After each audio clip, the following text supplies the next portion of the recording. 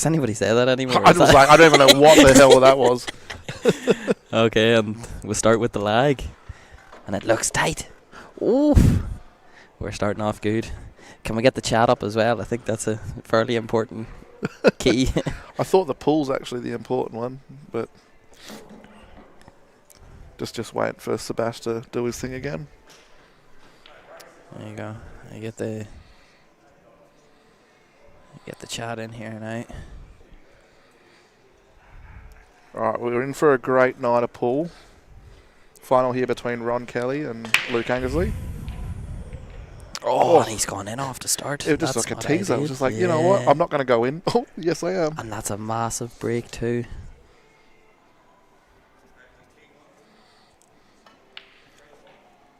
Alright, I'm sorry, but I want to know who Crazy Dave is as opposed to Sarah Lakes.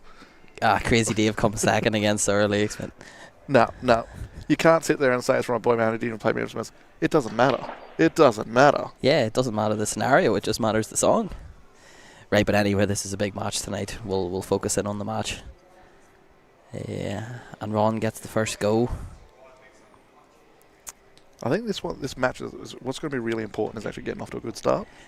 I think it's hard because Luke had a big weekend. Wasn't as big as what it could have been, but he definitely had a big weekend. You know, he played all day Saturday, and that was a late finish. He smashed it on Saturday. He did really, really well.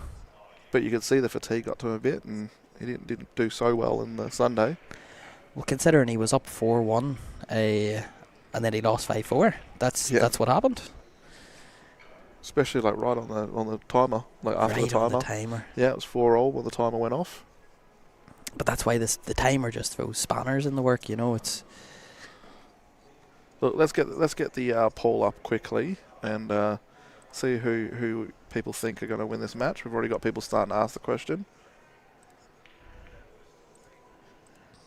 And that's an early miss from Ron. Thanks, Taz. Big fan of you too.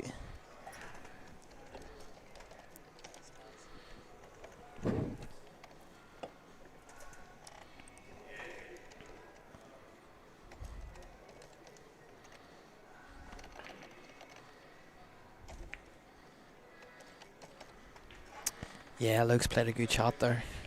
He's squeezing the red and past the yellow. This is going to be an interesting poll here. I think this is. It's going to be a tight one. It's like Ron's been really in form in this Champions League, and Luke had that loss and then came back and fired up. Yeah, nobody's really came close to him since that loss around Kelly.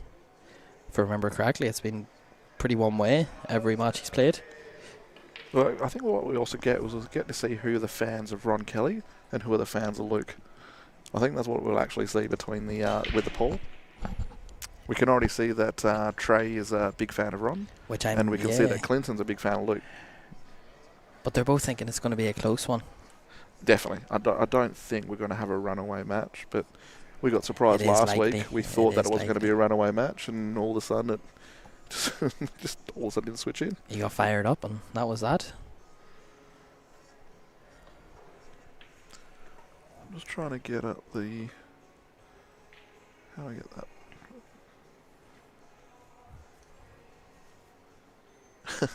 John Barclay. That is true. I think they both went a shirts smaller this today, just to for the camera. They knew they were going to be on the stream, and they just wanted. I don't know if they both want to impress Sarah Lakes. I'm just curious. That's what we're trying to figure out. It's hard to know. It's a long-standing thing. Who is Sarah Lakes? We're hoping to figure it out tonight. If Luke wins, we're hoping that Sarah Lakes will out herself. That will be. Or himself. Yeah. What we were thinking was, what happens if it's just like someone that's in and around the pool scene, but we don't really know that much? Then it would be a really sad thing. You know, we would prefer to keep it anonymous. I think like having the mystery is going to be a bit more interesting than finding out who it is. Well, that's it. It's always the mystery's better than the. As they say, you can't handle the truth, you know. I'll be honest, I was going to sit there and think that Sebastian's going to type in a message on there on who is Sarah Lakes. Like, that would have been.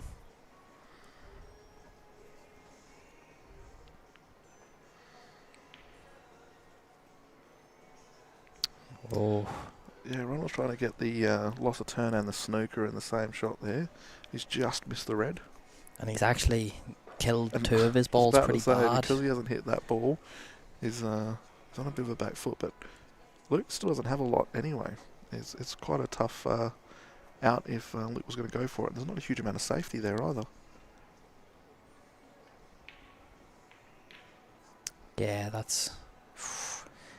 I think he wanted to take that top ball first.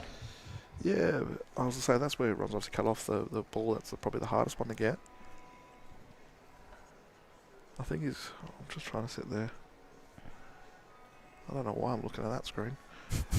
Looking at the smallest Wait, screen. he's still playing it from the top? What's going on?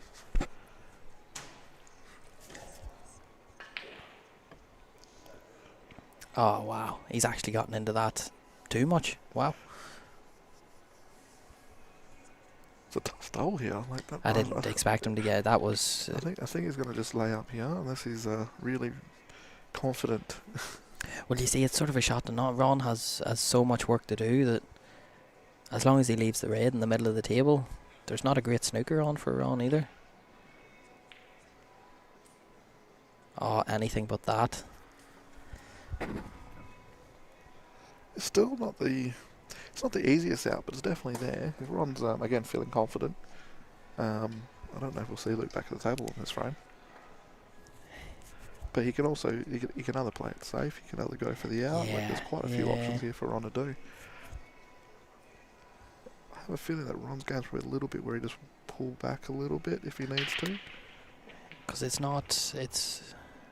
Although realistically, that ball, the bottom yellow, is the hardest ball. But he has balls to get onto it, you know, it's not... But the thing is, he can actually clear all the other balls, and then leave that one to last. Because then if it does go in, he's fine. Because he can still pop up and come up for the black, and if he does miss it, he's still got the snooker. So Snooker, yeah. you can play it with a bit more confidence. And generally, if you've got that little backup, for some people, it helps you to pot it. For others, that's when they miss it. Exactly, because they have that reassurance. It's just a mindset thing. Oh. I don't think he's wanted... You see, now he has to leave this ball in the right centre to his last ball, I think. Yeah, but again, that's not too much of an issue. You can play it down as long as he gets over the other side.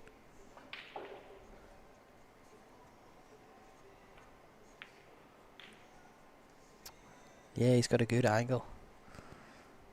This is where it's like, well, do you hold up or do you sit there and go for it? Yeah, well, I've liked the fact that he's really backed himself in this clearance, which, so to speak, the easy work's done. Now we're down to the hard bit. Well, you definitely want to leave the hard bit to last. You want to leave that one to get rid of that first. Well, that's what you would think, but the way this clearance was, he sort of had to... He didn't have a ball to get down there without linking up past a few of them. Yeah, Yeah, that's a good shot. Up. Yeah. He still left himself on, but he's also covered the red.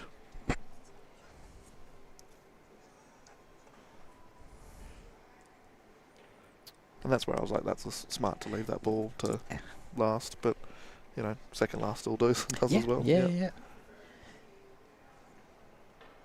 Still same effect. To be honest, actually, it's probably better. It's worked out. It's definitely worked out. Unless Angles can see the side of this. Oh, we can. Oh, but he's going to hit it in. Oh. That was a great effort. I didn't realise he could see that much of it. But this is where I was saying, like, it's actually not a bad thing that that was actually the one that got left, because now we can pot this one and use the middle ball to get on the black Drag nicely. over, yeah. Yep. And it meant that ball into the middle in the yellow there, it actually stopped the one rail. So if he did get the snooker, he wouldn't even have the one rail to the right, the easier one railer. Yeah. Obviously he left him a shot at it, but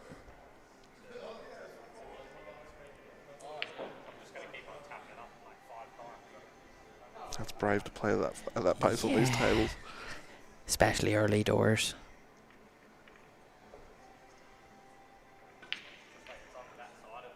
Well, John Barclay's prediction of 1-0 to Ron when there was only 2 balls left, I thought that was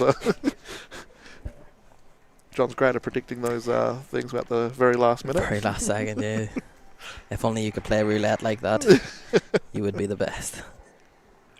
11, Oh, there 6 we for go. all. There we go. That's what we needed, you, John. Wow, John, that's... So it's really interesting because the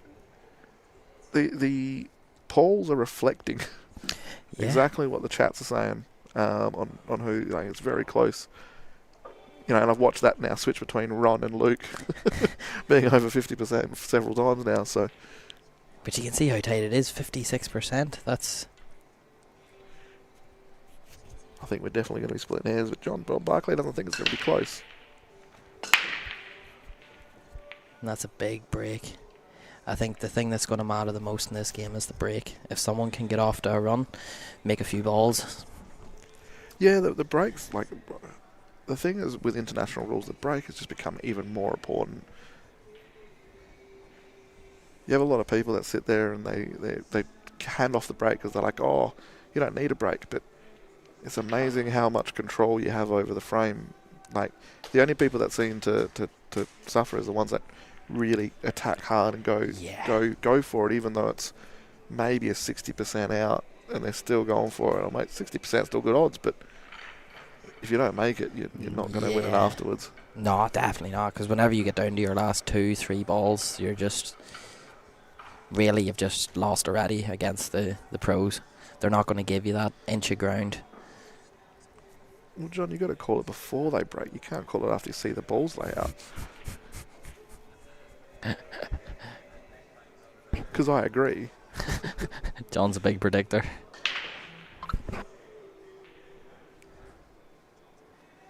Yeah, Marty, we've had the WA pool has been getting streamed for probably a couple of years now, but we're now starting to get a few people that are actually happy to commentate, which does make a big difference when you're streaming. Yeah. Marty Andrews, related to Bob Andrews. Are you from Geraldton? No. Do you know Marty? Margie, no. I don't know. No. Can only Hopefully, think of the chat goes, "Oh, Archie, we've met before." I'm like, "Oh, whoops." I'm a smart guy. Yeah, I don't rate that John. See, I do. I actually think John's a very smart guy. Yeah, He's a very smart guy. Helen's thinking 11, 10, Ron. I think every time that these guys have played, it's been nearly hill. Like, it's come down to the last frame or two, you know. Yeah, well, that's why I'm like, it's really interesting that John Barclay thinks 11-6. When, but he's always likes to buck the trend. He's like, yeah. And the worst part is he's generally pretty accurate. Well, I hope it's not 11-6. That would be. Oh, Marty, yeah. Sorry, I have watched some of that. I didn't actually think about the names, to be honest. Yeah, Luke, definitely. Just both these guys are big into you're going to lose frames, you're going to win frames, but as long as you win more than you lose, you sort of win. that's logically speaking. And just there, like I was saying, Clint just chimed in before I was able to say anything. But that just shows like the professionalism from these players is that he's lost the first frame, and it was like he missed one that cost him it. Yeah. He just shrugged it off and went, you know what, I'm going to get this out. You messed up the break. Thanks. And Thanks that's it, yeah. It's been the talk of the house this week has been mentality and mindset. That's the big talk in the house this week. Yeah, well, it was pretty amazing seeing Alvy Belmont make the semi-finals. He turned 70 next year. He was telling me that he turned 70 because I was trying to work out how old he was. And the fact that I'm trying to work out what's HASF? High as flute, I believe. We're just trying to make sure that we're not commentating over the players so they're hearing what we're saying. That's the main thing we don't want to happen. Oh, that's fair enough, I guess. Flute. Flugen. Flugen knocker. But yeah, like what Alvy did, especially in that semi-final, was one of the best matches at the West Coast Open. I do believe it. Oh, it coming down from 5-2 to win 4 in a row on the timer. Absolutely amazing. And that's why I always say that that Alvey, I even said it to him, I've said it to everybody, Alvey's easily in my top 5 to watch. He just plays the game how I feel the game, you know. Just the skill that he has. It was just like just at his age to be able to sit there, considering that we finished at midnight on the Saturday, and then still went on the next day to make it all the way to the grand final It's at just 70. You know, it just shows like age is just a number. It's just absolutely inspiring, is what it is. And you know that's also like Alan Brown. You know, he's in the Masters team and he's still sitting there kicking it with the young guys. Yeah, it's really awesome to watch that's still there. It just shows you that it's not what you think it is. Luke Hazel. Why does that name sound familiar? Because Luke's playing, and it's the same first name. Okay. That's a big miss from Ron. I think he's actually given an opportunity here. Angles just looked over there and seen that he just gave us the nod of approval that this could be the moment, because he knows that last time the reason he lost was because Ron got off to a quicker start than him. That was literally it. Yeah, well, this is where he's got to make sure that he settles and puts it away, because you've been given an opportunity here when Ron had every opportunity to pot out from there. Yeah. I bet you Angles was actually sitting there thinking, I don't think I'll get back to the table here, and now all of a sudden he's straight in there. Yeah, that's a bit of a loose one, I think. I think he's left the gap.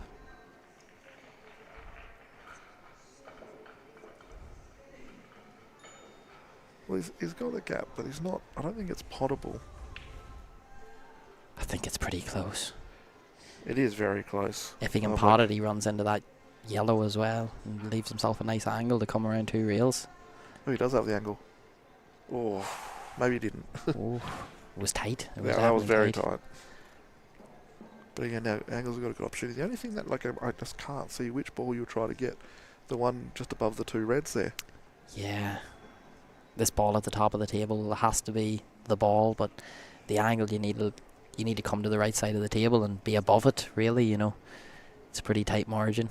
Yeah, I'm just trying to work out if that yellow goes past the reds on the right hand side there. If that goes past that, you can always use that one, but he needs to try and get a good starter now, because Ron has 2 balls there that can easily open up those 2 on the rail.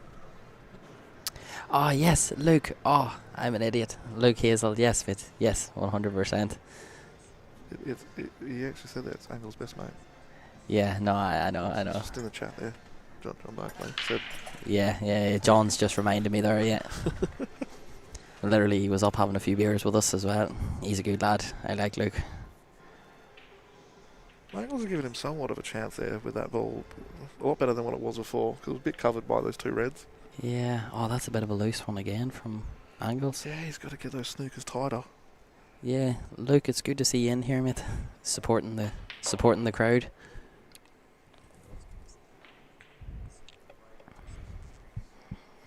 It can't be giving Ron those sort of opportunities here. There's actually a good chance now for Ron to go out.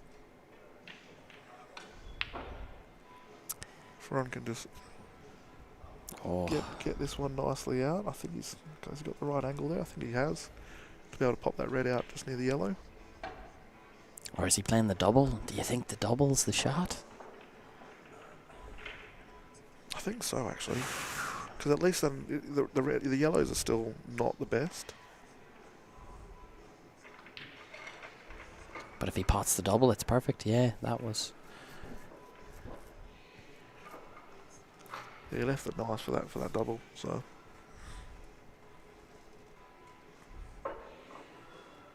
Because actually,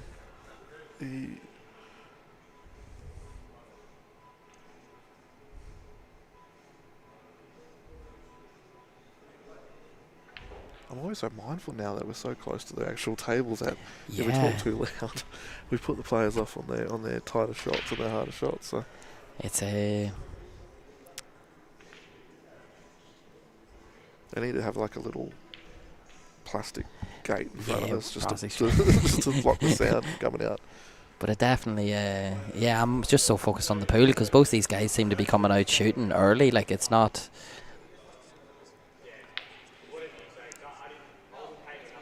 Yeah, like I said, Yeah. it's one of those things where it's a game of mistakes, and everyone knows that that's the case. But you just see these guys here; they just generally make less mistakes. So to see 2 mistakes there on the Snookers. to trying to get the Yeah. snookers, it was a bit amazing there, to be honest. I'm like, Luke really needs like to sort of settle down again and do what he did in that last frame, and hope that Ron gets a dry break. That's for certain. Yeah. Yeah. Oh, John, she's not up to me, mate. You may go and ask the big lads.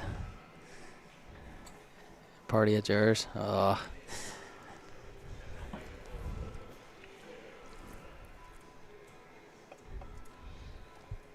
We've got Ron to break. His last break was a dry one.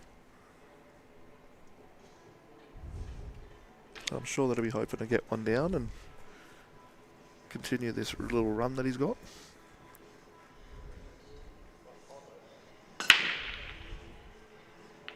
Yeah, the breaks on these tables are just so tough. Oh, I don't know what is the difference in these tables versus any other tables, because the break is just so tough on these tables. Is it just a mental thing, do you think, or what? I think it's just a mental thing because I don't generally have that much issues. Like, I know that Nev keeps constantly asking me to, like, what I'm doing different on my breaks and that sort of stuff, because generally I get one. It's a shame I can't do anything else afterwards. It's just hopeless, but I'm good at breaking. That's at least one skill I've got. But it's one of those things, like, how often do you see people actually practicing their breaks? Yeah. Yeah, it's the same as like when people sit there and go, I hate using the rest. It's like, well, how often do people sat there and practice the rest? Whereas me from a snooker background, I'm like, I'm comfortable with the rest. I'll use it 90% of the time. Majority of your shots in snooker are going with the rest. That's. What are you saying? I always get out of position in snooker.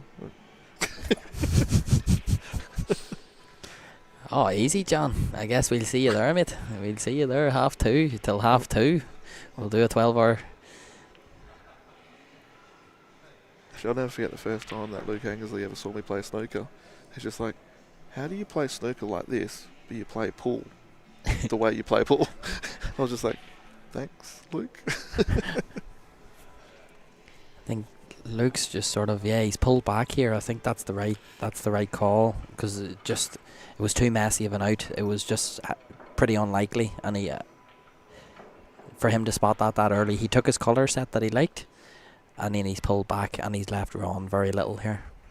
Yeah, look, I'm like, the yellows are really tough, and there was no point. Yeah, like you said, there's no point trying to go for the out there. Like, it's one of those things that you can try and fight it, but you just end up opening up the yellows. Exactly, because he had 2 or 3 good cannons to play, good extraction shots.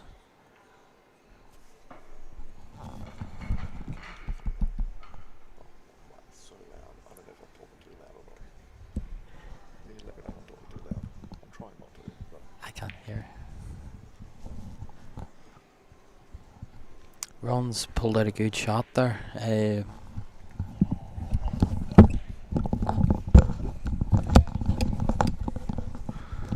We just switched headsets here.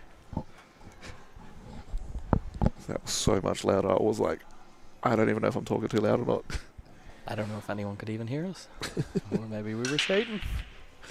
Because you had all of the audio and I had none. I know, that's what I'm sitting there going, am I talking too loud that the guys can hear me just like talking way too loud? But anyway, Ron's going for the out here.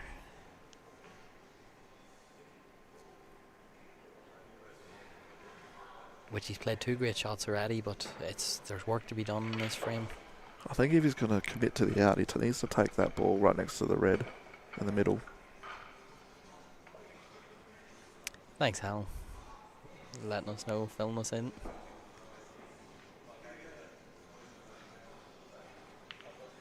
Oh, but that's always likely. That was I was saying. I think he needed a. It didn't seem like he committed to it too much. And look what he's done. The out just looks that wee bit easier for Luke now as well, because he's cleared a lot of the traffic. It's exactly as we said. So let's see what Luke thinks he's going around it. Luke's still got that problem ball that's just sitting above the red. I think that would probably be the one that I'll be focusing on now, because the yellow doesn't really go nicely just below the red. Yeah. Do you like playing the plant and just screwing up past and around the back of the yellow and kicking the red? Do you think that's... So I know that Luke's really thinking about the out here, but I just play it a little bit safer. Just pop it out into the middle of the table and try and leave the white up behind that red on the top there. Yeah, that could be... You know, just trying to commit to that, getting the balls nice and holding back one more shot. Luke likes the double here. He's thinking this is the way he gets the out. And he's cued that lovely. But see, that's the reason why Luke is who he is, because I definitely would have played a safer option. And the thing is, that's the scary bit, because you're letting an opponent like Ron Kelly get back to the table. That's... Because I don't know how well this plants. Like, if he can get that ball easily, then Wow. without even trying. But now he has But to again, find his way. I was about to say, he's got a bit of traffic he's got to move through.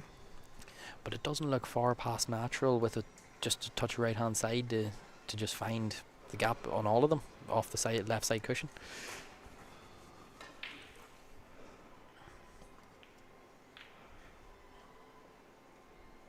Oh, that's beautiful.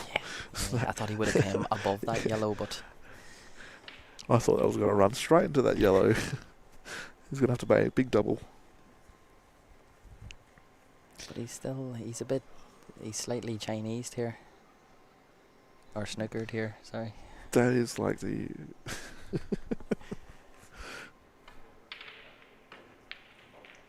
Yeah, it was slightly an odd or unnatural shot. Oh yeah, McCrory, good to see you in here, mate.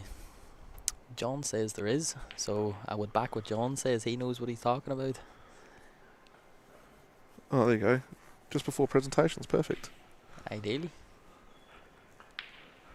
I heard that Kieran McCrory is going to be emceeing on the presentations. Is he? That would be brilliant That to would see. be ideal. He Yeah. just knows all. He knows all the classics, all the bangers. Yeah, that's he it. Just be a cracker MC. So I had heard there's a rumour that he was emceeing.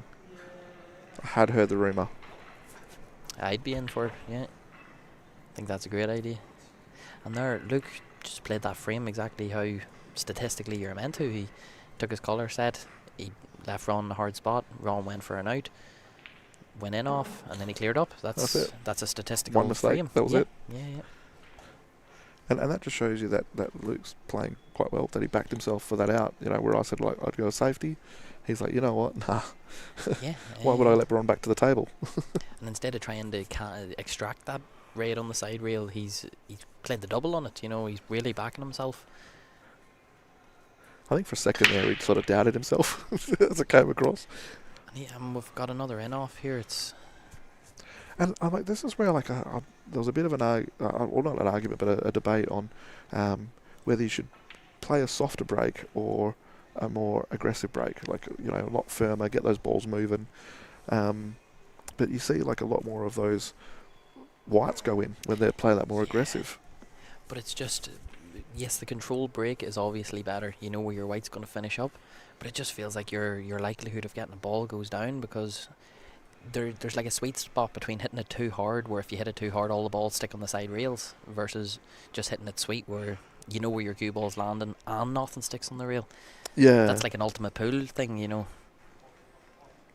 Obviously their cloth and tables help a lot, but Well, I know the break that like Alan Brown and Sonny Lister, and Sonny actually showed me that break as well, which is what I've adopted for most of my breaking, unless you get weird tables and that sort of thing. And that's that medium pace break, ball into the middle pocket, and you get a nice split. But generally, if you don't get something down, you know that they're not going to run out on you. But exactly. Oh, the table was just amazing. That's a big foul there. I think Ron thought, because he played that with run inside, so he thought the ball was going to roll more, you know, because obviously run inside just makes the ball. Yeah, that's an Angles tip, by the way. I think he's just probably hit it a bit thin than what he realised. Because if you look at where it's actually running in the pocket, it's going towards the lower part of the jaw Yeah. rather than the middle. So John's a big fan of your break, Margie. Funny enough, you say about the medium pace break with the wing ball into the middle. It's like a 9-ball break. The best person I've ever seen in it is Tom. Shout out to Tom. Tom gets the wing ball every time. well, that's it. I was like, you just get that control on it, and you're guaranteed to have a ball. That's generally, well, not guaranteed, but your odds of getting a ball is a lot higher. He just lets the balls, rather than hitting each other and moving out of pockets and that sort of thing, they just drop in. And this is just back and forward here. To be fair, it was a harder plant than it looked, I think. But it looks like Ron's just on here. Every ball on the table goes. He's definitely a fair bit ahead in this frame, I would say. Yeah. If you can get a good starter ball, that's basically what he needs. I think the plant into the middle and just roll that yellow up towards the top right pocket. Yeah, because he only has to just drop it in. He doesn't have to hit it too hard. Oh, that was a risk. But John. Luke. I'm reading the message. I just saw the message there. I was like, Luke's reds are quite difficult. He has a lot of work to do. There's a lot of work to try and do here. I was trying to go in it here and just...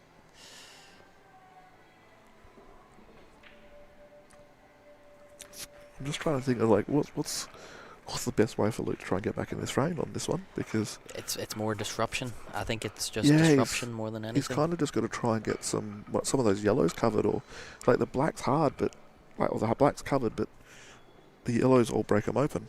That's why I like the cross double, play the skill shot, and hope that the yellow goes on the side rail. That was quite a good shot there to play. I could see what Luke was trying to do there, but that's tough to try and get that developed as well as get that snooker. Yeah, Ron's just always, all his balls go. That was the difference in this frame. The only one that's a bit more complicated is that yellow that's just sort of sitting in the middle. Well, yeah, now he's in a bit of trouble here. He has to pull out a great pot. The yellow just above the black has to be the ball. The only good thing that when he's playing that is he's got a chance that's going to actually clip that red in the pocket. Yeah, and then that opens up that too. Oh, he's just playing the turnover.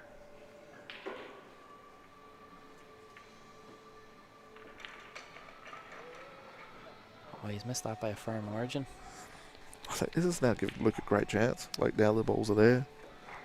That red that's just in between those two yellows can actually break open the red near the black. Yeah, I was wondering if he was looking at that 3-ball plant, red under yellow under red, into the middle.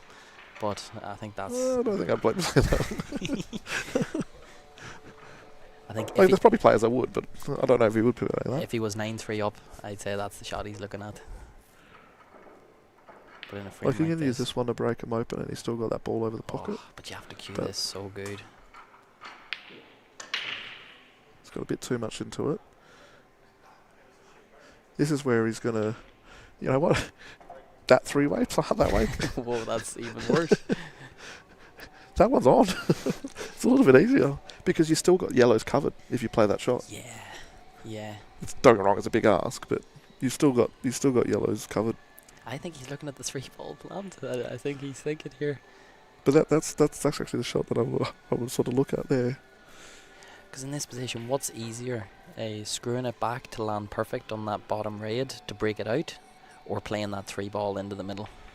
There's a gap between them, and they're all offset against each other, so it is a seriously the middle's pretty hard to try and get that. onto that red, but playing it the other way into the corner. Or is he playing a billiards? Oh, that's a great shot. You know what? Surely. Not one of us saw that one. No. Nobody would. Probably those in the chat probably saw it, but not one of us saw it. John Barkley called it before he played it. That's an unbelievable shot.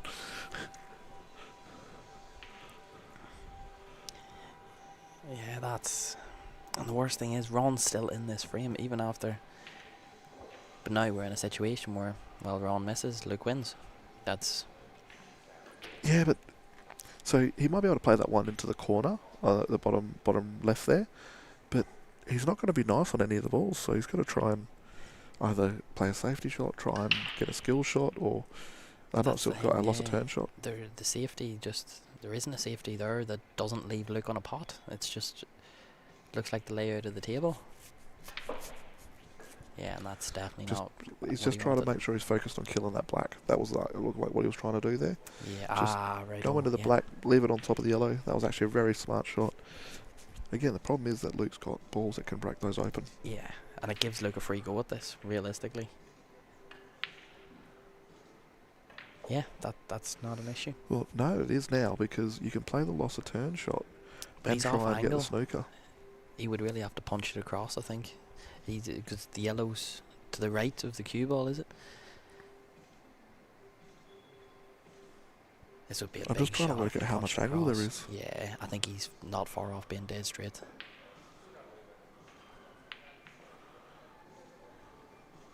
Well, that's not. But That the that thing is, works. now that black is really hard to open up. By having that red there before, it could open the black up. He could use it sometime to get the black open. Now, Luke's going to have to try and pot a ball at the other end of the table to break the black open. It definitely looks like Ron's in the lead now all of a sudden, and he's just broke the black out for him. This has actually been a really good frame because they've had to play some tactics, and it's been really interesting to see the shots that they've seen. Like that shot that Angles played before to get both reds up there in the white, that was an unbelievable shot. Then Ron's with that reply. Return, yeah, Again, rebuttal. absolutely unbelievable. If we get frames like this all night, we will not be disappointed. Like, you don't mind seeing a safety where they're attacking safeties. They're not negative safeties. They're trying to sit there and promote balls, but also give them a good chance to pot out if that other person makes a mistake. Oh, Ron's played a great shot there. Those are just a lot harder than it looks. See the way he just screwed that touch of right hand side. Really didn't even hit it that hard, and he's got great action there. Well, that's the one thing that I really like about watching Ron's queuing, is that white ball just glides across the table. It just moves so natural, very simple, and he doesn't put a lot of effort into it. He really lets the cue do all the work, which is why I know that Trey absolutely loves that. When he said about Grace last week, spot on, absolutely spot on.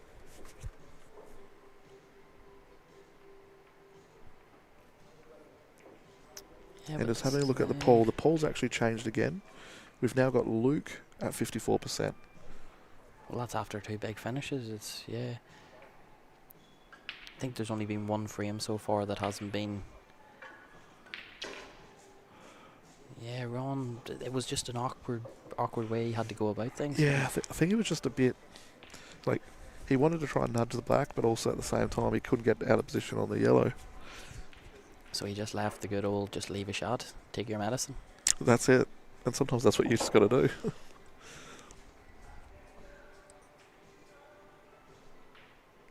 Now, are you a doubler or you're a cutter? Oh, I always play the cut. I have zero ability to double. I have zero ability to play the cut either. Oh, he's going this way about it, around the houses. That's what I was. Oh, not into the cut in the middle with bottom left. Oh, he survived it. He survived it. That's a big one. I didn't think it went anywhere near that pocket when I even was talking about that cut.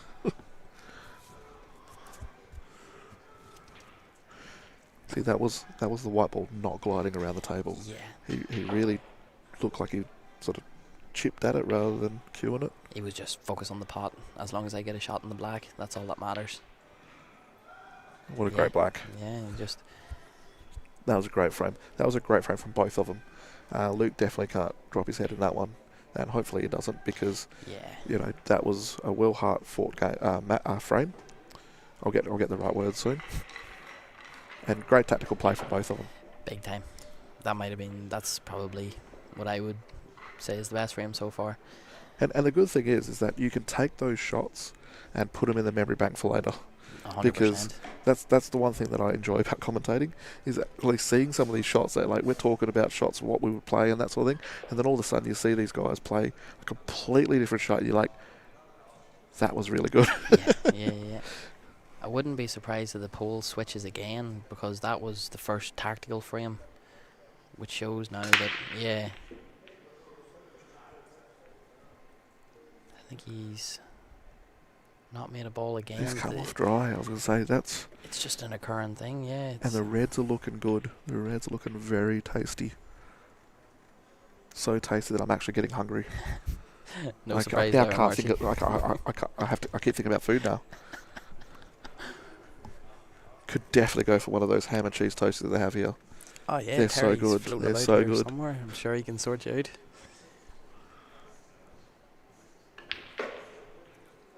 Oh, I don't know if has he played the Yeah, minute stun runs through, or was that?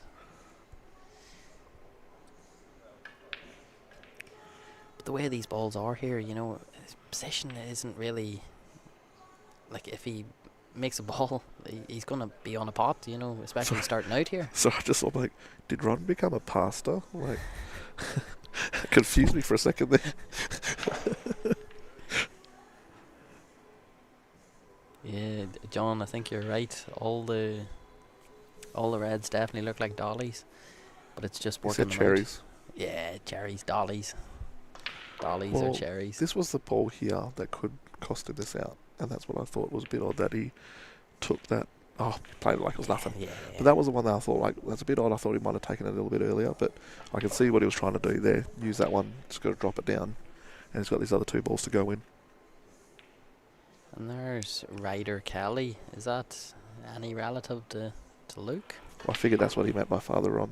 Yeah, I would have Not that it's assumed as like much. Ron's his Ron's priest. his, yeah. Look, I'll be be surprised. absolutely stunned. Yep. I wouldn't be surprised. Ron's son, yeah.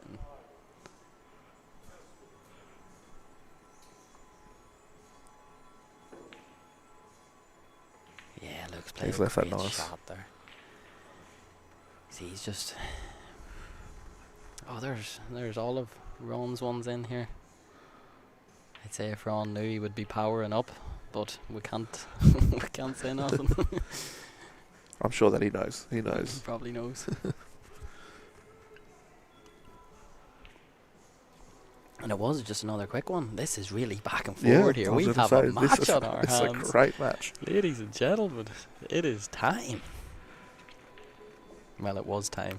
Time has But passed. this is where Ron now needs to really focus on his break, because that's the second break that Angles has got the master visit straight after. But that's what I mean. The break is going to be massive here, and nobody's yet to make a ball off the break. We've had 2 dry breaks, or yeah, 3 dry breaks and 2 in-offs on the break. Yeah. And they've all been clean sweeps every time. Apart from that, there's been two frames where there's been work.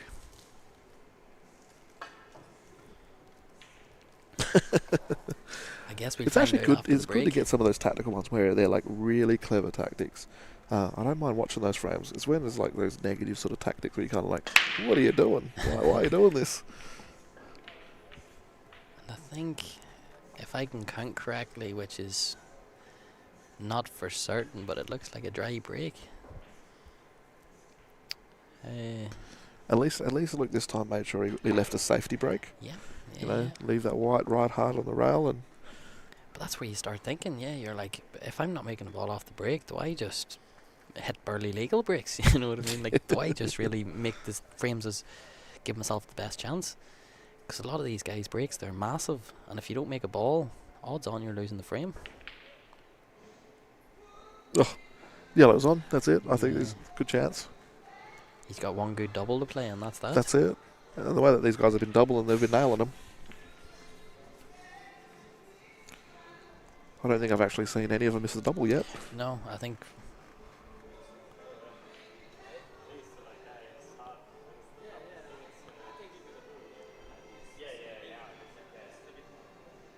Let's see what way Ron likes to go about this.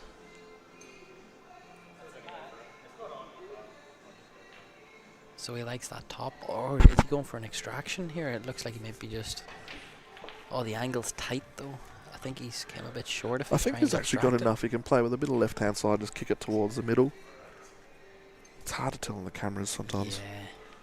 Yeah. I think he has more than enough angle.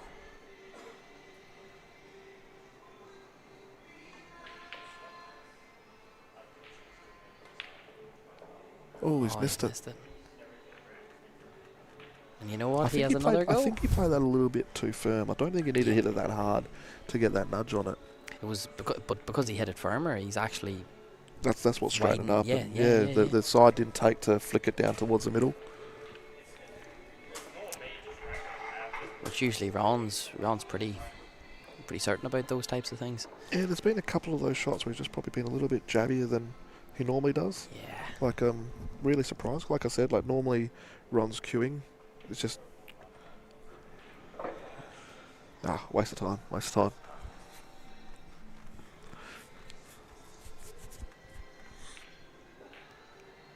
Okay, so Ron, I think he's gone a bit astray here. He's gone massively astray. John Barkley, why are you texting yourself? Yeah, there was a bit of a delay between those two then. Yeah. That definitely looked like a switched accounts job to me. Hi, John. Yeah, this is looking pretty sus. Yeah, John. I think we've figured out the gig, mate. It's like Scooby-Doo. You know what I mean? We'll have to. Oh, wow. You know who would be the funniest if it's Kieran McCrory. We thought about it. Why is everyone so calm about this Sir Lakes? Like, nobody's asking questions, you know. Because it's Barclay and Simon. Yeah, I could see it. Taking turns.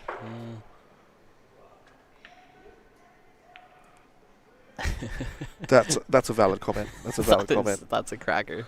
That's a cracker, John. Come on, say something about Scooby-Doo for us. Mate, I love Scooby-Doo. Like.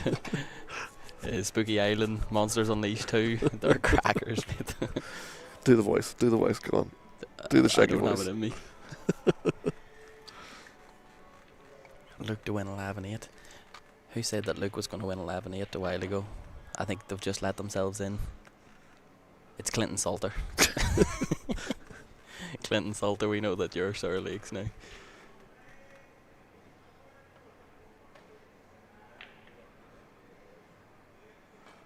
Okay, Reggie. It is Clinton Salter. I knew it. We just figured it out. Clinton, mate, you've been caught red-handed.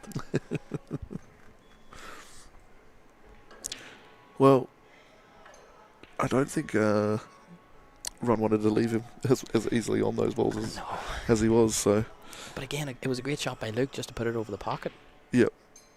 Who's to know he was trying to... Clint, I don't know if you're trying to... You're definitely on the suspect list, but I don't know if you're trying to out yourself here. Well, the female equivalent of Clinton is Sarah. Is that correct? Salter. Yeah, it makes sense with lakes. Salt Lake? Yeah, exactly. There you go. Well, maybe he heard us and he's too busy thinking about Sarah Lakes now. That's a big miss. That is a big miss. You know when you hear those people that make those deductions that make no sense, like, you know, the Illuminati sort of predictions, like, yeah. You know. I could see John making a couple of those. I think he called Y2K 2 hours before it started.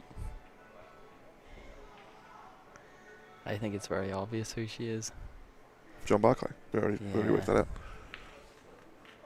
Oh, that was a great ball. Yeah, just a run past that. Just only went through, I think. John, I would definitely like to hear your 2 cents on this.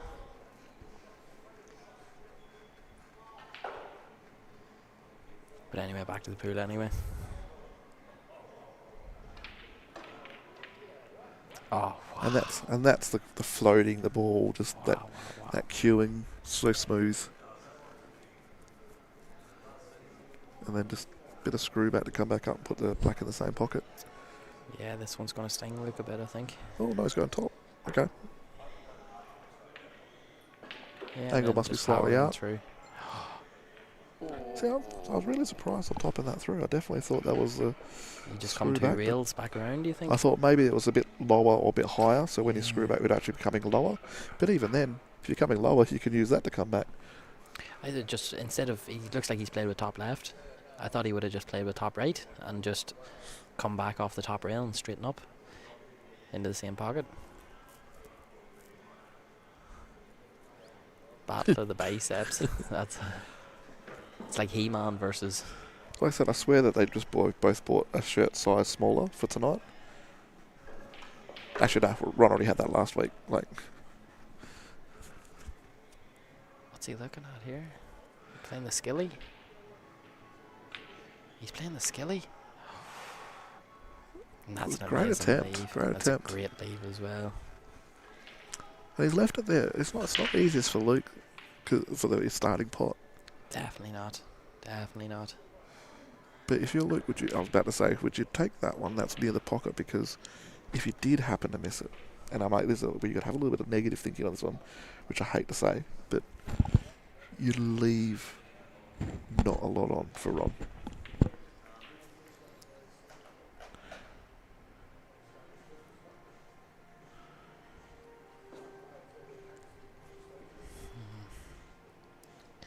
But I still think that even on the top rail. Oh, he's came across to play this. Oh, that's a risky shot. I don't know if he meant for it to come across that far, because you could definitely play that one in the middle first and then drop down.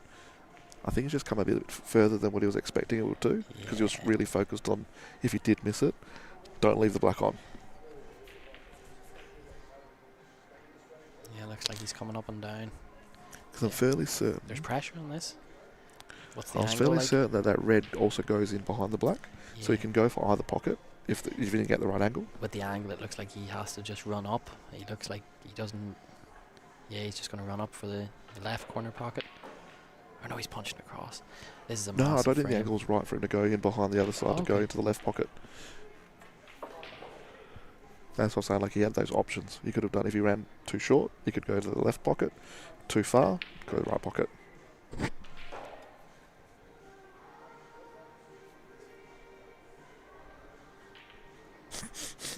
Clinton Salter.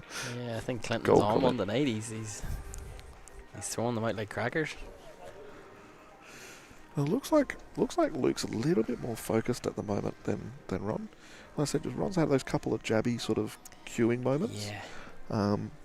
Whereas Angles doesn't look like he's had that. Yeah, Ryder. Oh, we can Ryder's almost just tell that sold bit, out yeah. Ron. He's just sold him out.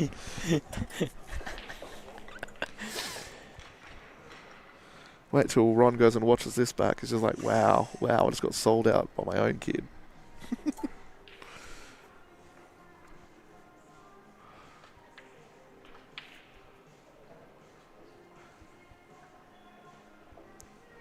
Yeah, Clint. I I don't know if the gym alone. I think you'd have to go to the gym pretty frequently to. Well, he said go back. Yeah, You know. true. Maybe, yeah. Because I always keep thinking about going back. Back to the Future. back to the gym, yeah. Back to the I think about it, and then I go to sleep, and then I wake up in the morning and I have a chili beef sausage. I can tell you now, folks, that is indeed a true story. Well, they were chicken and cheese today because Beth decided to get me the wrong ones. Aye. I'm not dark about that at all. Nah, they're pretty good too. They're pretty good. Yeah, but they're not a chili cheese sausage. Yeah. I've Yep. actually never tried those chili cheese crumbed sausages. Definitely worth it. If anyone's in O'Connor, there's a lunch bar on South Street. Crumb chili cheese sausage. It's absolutely amazing. You know it's good, like their beef cheese, just the regular classic. You get them Yep. anywhere. Very good. Actually, there's a place out in Midland, McCree. It's actually in the Better service station, and they actually have a cafe in there. Brilliant cafe, definitely worth going to check out. It's called McCree's Cafe. You wouldn't think that it's even there because it's a service station, but they do not serve service station food. They actually probably make some of the best jalapeno poppers I've ever had. Wow. Absolutely amazing. He mixes the jalapeno poppers with a bit of bacon and pineapple, and that just absolutely unreal. It's amazing. We're currently sitting with about 87 viewers But we And are we're back to early the pool, days. so we'll stop talking about the food because, as you can tell, I'm still hungry from before when I talked about being hungry. And it's another dry break, and it's a massive break. This is what I mean. Huge. Like, when do you start pulling back on your break? And this is the thing that where Angles has been able to capitalise on. This is probably with a difference in the scoreline, is that Ron's been breaking big, but not getting a ball, and that's given us. But you know what? I'm just going to also shout out to Gino's Fish and Chip Shop up in. I forgot the name of the suburb now. It's very north. I think it's Kinross. Okay. I think it is, but it's very north. Yep. It's past Joondalup up there, but absolutely amazing fish and chips, and they even cater for you British people with mushy peas and curry sauce to go with your chips. Right enough. Absolutely unreal. That's it. Hooked in Kinross. Sorry, Hooked Fish and Chips and Burgers. That's actually the full name. So give it a Google, go down and give it a try. Very good fish and chips. If you are looking at a podcast, that can definitely be on the cards. I think, if there's enough traction for such a thing. But believe it or not, I have actually had a fair few people asking me to sit there and do something along those lines. Just don't have the time. Between pool and no sound, what's going on? But how can we have no sound But everyone's knowing I'm talking about food. I'm just confused on this now. Can we double check that? Let's see here. Which one is it? Hello? Yeah, no, it was Everything looks still like up it should sound. be good. Yeah. I don't think of... You just open up the stream. It's back. Okay. It's back. It was gone. Yeah. But anyway, the food podcast, if there's enough traction, if we can get like a like, what do you call those pages where people donate for things they want to see. Can't even remember the name of it. But I digress. Ron's got back into this frame. I was well surprised. I was going to say that miss really hurt Angles there. To be fair, it wasn't an easy shot. He was Chinese snookered. But you would still expect for those that watched, we now know why it's called a Chinese snooker, because it is actually genuinely what Kieran said. Kieran's it's because of the opposite way. You know what they say? Who is this Tree Stack TV? He knows what's up though. It has to be judgy. I'm near certain it's judgy. That is true. I definitely have a face for radio. Unfortunately, I don't have a voice for radio. I don't have a voice for radio. No. We're just we're second class. Yeah, Clinton, that's exactly what it is, mate. If you want to start up a GoFundMe page and get a few people on the go, we'll quit our full-time day jobs and just do food podcasts.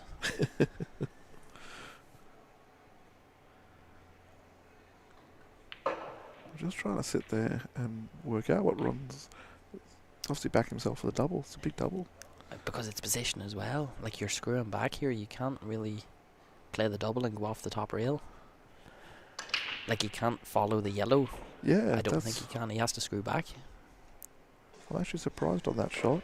Unless he's going to be playing the yellow and trying to take the yellow down the rail and into that pocket that's near that red. The top left there. It's not easy to get on the black. Yeah, I think the double's the way to go. I think he's just landed not how he wanted to on the double, though. Looks like he's playing forward. Maybe he's going to hit it a bit harder to straighten it up a bit. Oh, yeah. That's a great shot. Oh, my goodness.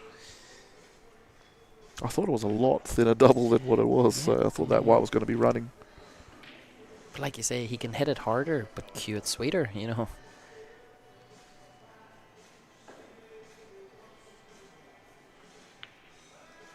Oh, he's missed it.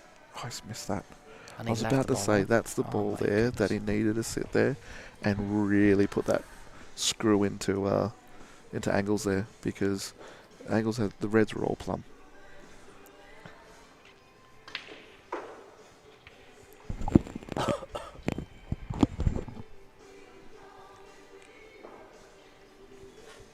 But normally this is where you see Ron, like he has these sort of situations and then he kind of just switches back on again.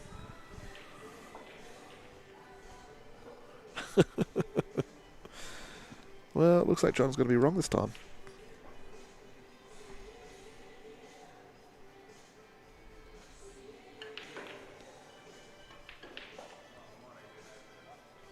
Yeah, I'm not sure quite what I've done here. I believe I've created some form of an event on Facebook, and I don't even know how I've done it. John believes that Ron's on the sauce. Well, I think that we'll see Ron make a comeback. I think that it's definitely not over yet. Oh, 5-3. It's definitely that's a break, and not making a ball off a break. like I said. The one thing that like I've been surprised is Ron's queue has not been as smooth as normal. You know, and I guess everyone's human. Like that's why he doesn't win everything. It's the same reason why Angles doesn't win everything. Yeah. West Coast Open. First round knockout. 4-1 up. 5-4 loss on the time.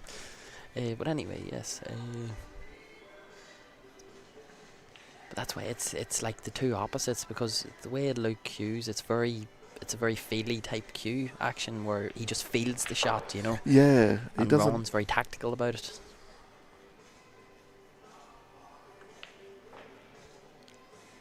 Like you definitely would say that Ron's the better cueist between the two. Yeah, you would have to. Yeah. But Angles definitely has that flair about him. Flamboyant is, I think, one of the words you could use. It's a hard one to know. Yeah, I think Luke just has this sort of atmosphere or aura around him, which Ron has as well. But he just seems to always come out the other side. Yeah, it's. But it's just the highest level of pool. It's not far off the highest level pool we'll have here in Perth, and that's why it's going to be so back and forward tonight, because one breaks, doesn't make a ball, the other clears, and so on and so forth. Simon Gray. That was way too long between it. That's way too long between it.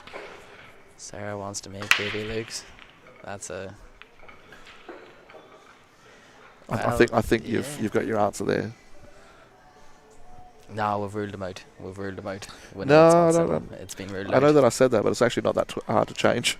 No, but I know that we've figured it out, that it's. There's a few people already marked off the suspect list.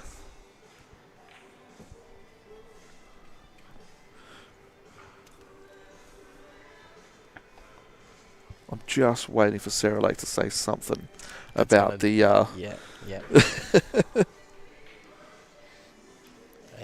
But let's see. Again, another dry break, and it's. But every time Luke dry breaks, it's going awkward. You know, that's the difference.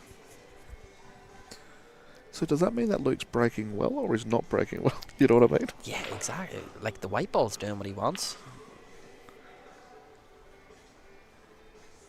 But I would say at the moment, Ron has the better break. He's just not making a ball off it. Check my phone.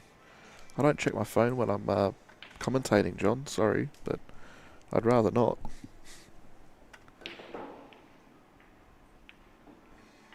Oh, I don't know. John, been marked off the list. No longer a suspect, mate. We've been Sherlock Holmes in this for a while. Well, you have been. Oh, I couldn't have much care either way.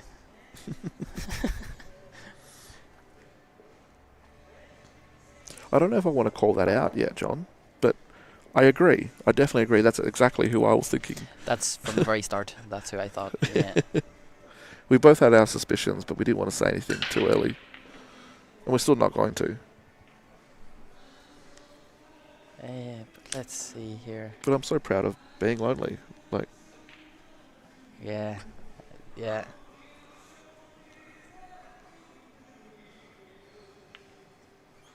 Oh, and Luke's missed another one. Has he left the pocket? No, I don't think. Well, I'm not, John. That's a big call, mate. it's okay, John, because everybody has somebody to lean on. Delete. Oh.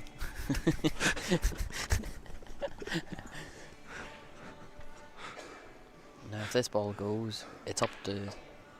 Again, I don't know how much Luke minds the fact that he's missed that, because now he's leaving it up to Ron to get that ball out. Although Ron has the advantage, because the way the balls are laid out, Ron's going to run into the raid, which is going to knock the yellow out, but keep the raid in the same spot as long as he plays it. Yeah, the only issue with that is way that if that was directly in line down the rail, that's actually not a bad idea. Yeah. But because of where it's sitting, you can actually end up hitting it and not being on it afterwards. That's Or a really tough cut. Pace is going to be everything on how to do it.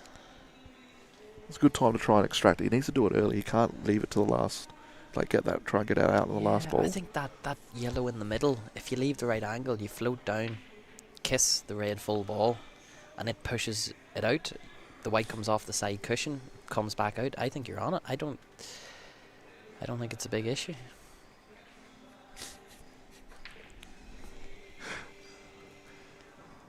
Is that Kieran McCrory? Yeah. Like second account? That's MC. Because MC McCrory. It was Joe before. Like how many accounts does this guy have?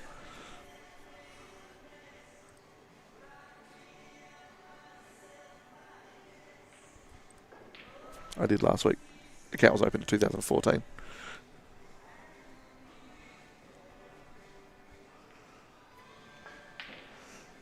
Yeah, he's giving himself a bit of an opportunity there. Yeah, he's not opened it, but he's given himself now where it's going to be on. It goes, but Luke's doesn't. That's what that shot's about. And now he just put the pressure back on to Luke. Now it's back into disruption mode. He just has to try and. And now we're going to have a really good, interesting tactical frame here between the two of them.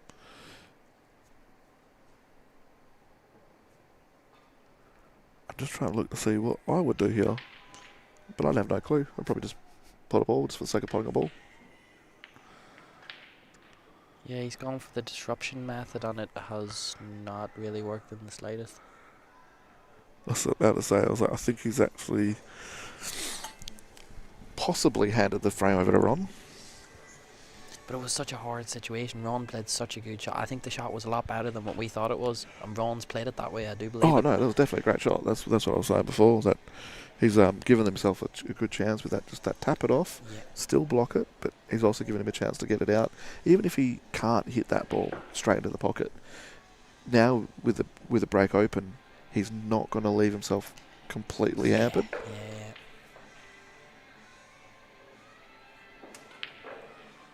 Oh, he's decelled on that.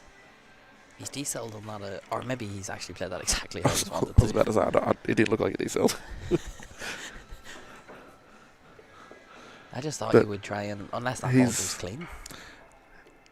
He's actually probably not come as far down as he.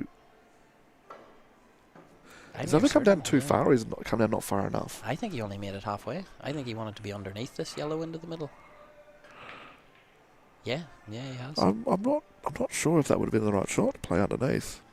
But because you got a chance if you get that right, but if you get it wrong, you're pushing the red and pushing the yellow at the same time.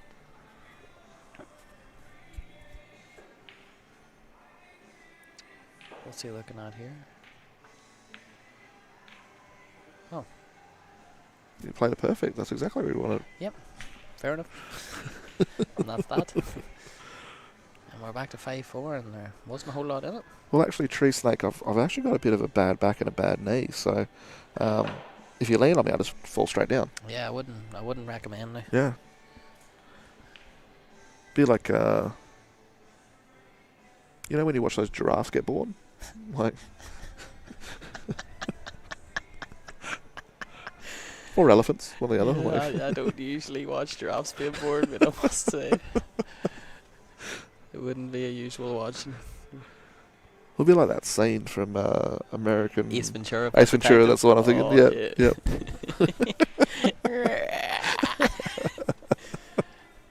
That is a movie I've not seen in a while. That was a great finish by Ron. Yeah. Rather than keep on talking about the rhino scene in Ace Ventura. 5-3, it just...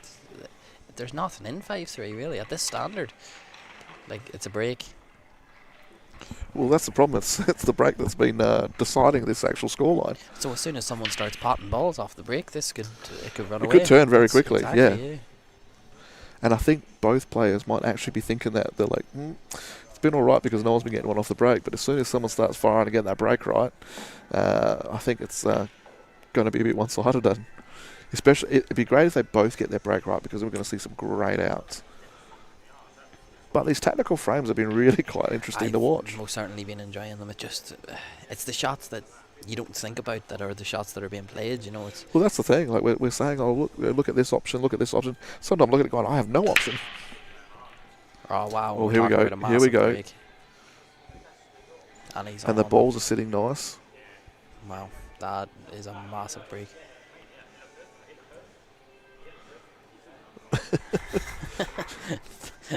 We'll see you then, John. We'll see you then, mate.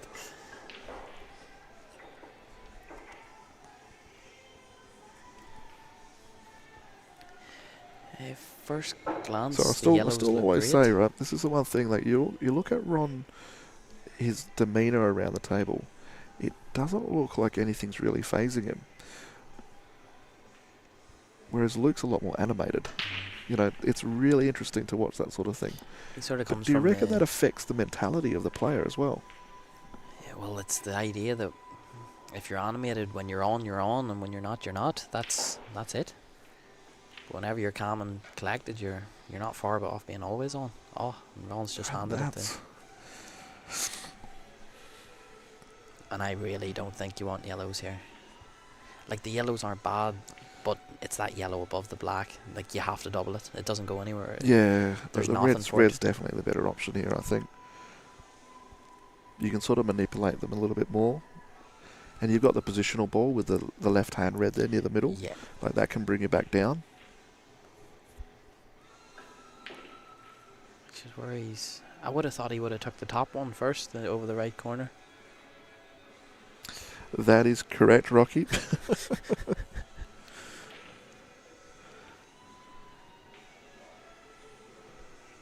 Well, like you say, he's only made, like, any chance the frame's open, he's cleared them. You know what I mean?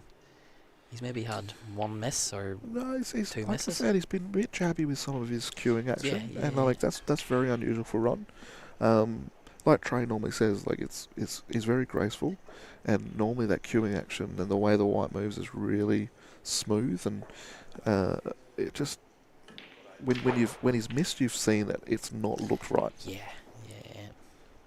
And Luke, I think that's the shot he sort of had to play from where he was sitting, but this raid could definitely be easier.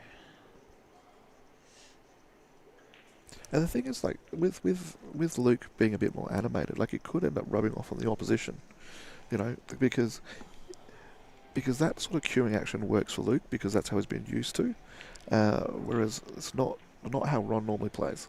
So if Ron's falling into that little trap every now and then, that could be the reason why. Yeah, well, like we say, the last game they played together, Ron got off to an early lead. He got settled. He didn't have to change anything. And that was the difference maker. But now we're at 5-4 here. We're just going to have an all-out war. That's it. And this is the shot that wins the frame. That was a big miss from Luke. That was actually very unexpected. I think he was so thinking about... He had to hit it that bit harder just to come up the top side of that raid over the right-hand side. But that's normally where I'm saying, like with Luke's sometimes sort of like Q action on that, like he can get that a little bit more. Yeah. Don't get me wrong, he gets a lot of them as well because he's used to it, but... And like we say, whenever you have 3 balls left against a table full, more than likely you're going to be in trouble. I think Ron would have definitely been in a lot of trouble if that didn't drop then. But he's knocked the yellow in front of the black as well. Yeah, he's given himself that's again a really good tactical shot there from Ron.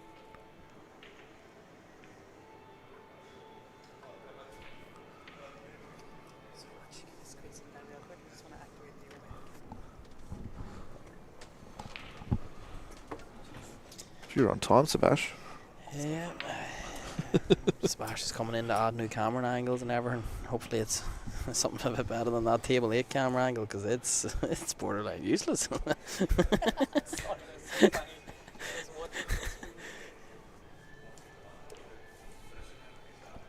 So let's see what Luke goes for here. I don't mind even. What do you think about just playing the raid on the right hand side around the 3 rails to bring it down next to the raid? That's to what take the snooker away. He just needs something to bring down this side of the table. Yeah, Kieran, I don't even mind that statement. I think that was... That's what I'm saying. The tactical shots that these guys have been playing has been top class. Like, they've been unreal. Very aggressive, but at the same time, they'd get the job done. Yeah.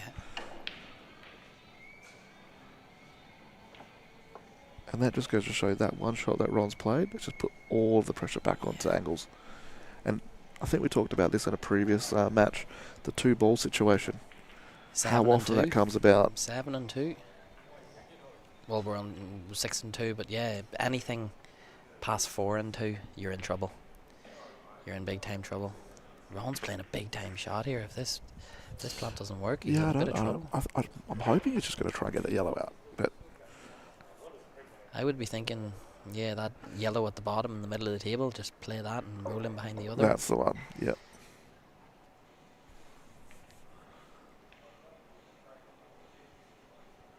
It's a great shot from Ron. Yeah. And he shut the angle off for the 2-railer, unless he goes top rail, right rail. I think he's got the Just single go for the rail, one. but it's still... I don't think it's going to benefit Luke too much. Oh my god, unless he does that. Yeah, but like I said, I don't think it really benefits him too much. Because even if he gets the pot on the red, the black doesn't really go it. Like, you'd have to play a triple. Yeah. I don't think the markers is on. I think that yellow just cuts off the line. I think that's... he's...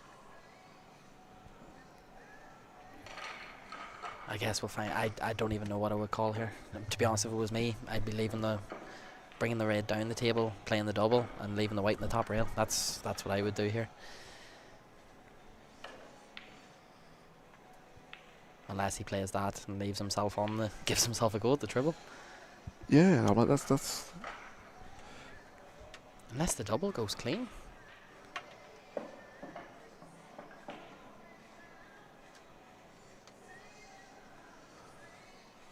I thought that yellow blocks off the double, but maybe it doesn't. Looks like he's playing the triple. Oh, and he's opened them all up as well. But the thing is that he didn't really have much options because his reds weren't going to keep him safe. If he didn't do something, he was going to end up losing the frame anyway. Yeah. So at least he's had a good crack at it. I still think he should have taken the triple.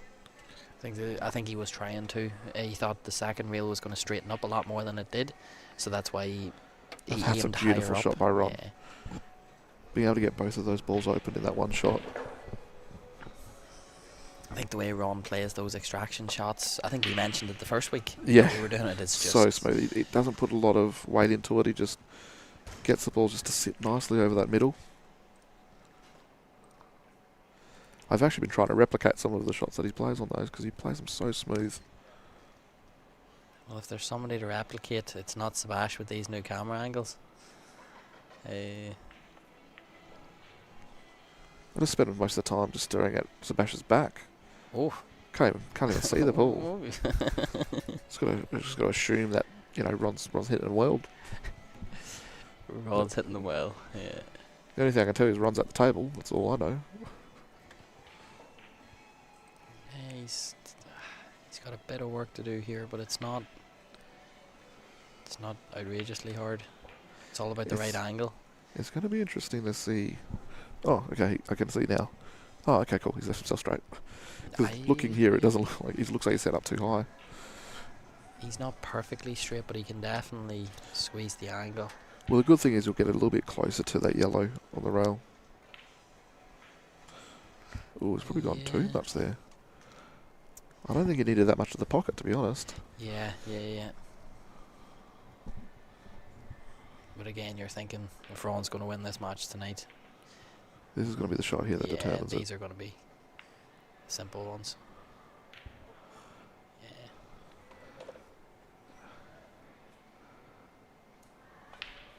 And we're right back to a nice tie there.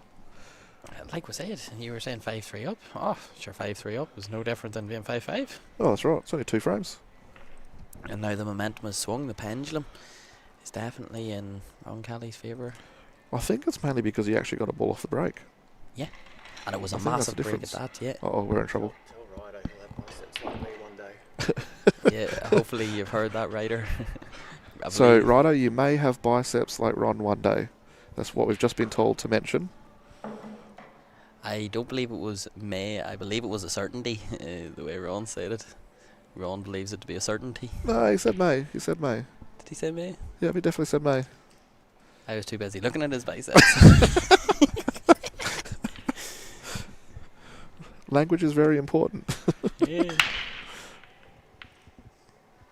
And now Luke makes a ball off the break. He makes two, but they're awkward. You see, I really do think Ron's breaking. He is breaking He's better. breaking that bit better. And Which this is the why point he's where you given see the it. opportunity for Angles to actually pot out on him each time he doesn't get Exactly. one off the break. So that's the double sides of the coin. I'm gonna try and get the comments up on my phone here. See where we're at.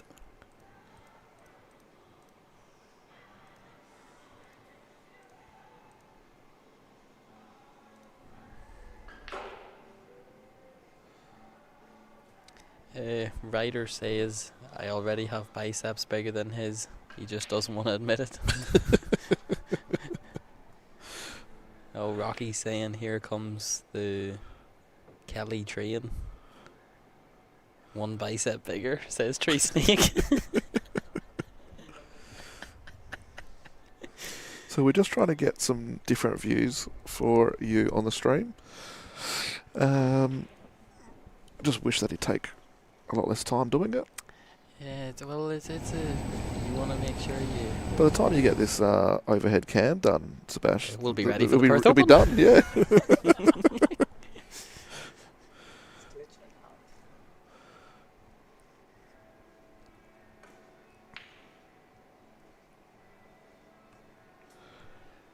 Yeah, I believe it's still open table. Is that correct? I think it's still I can't open see anything, table. so I don't know.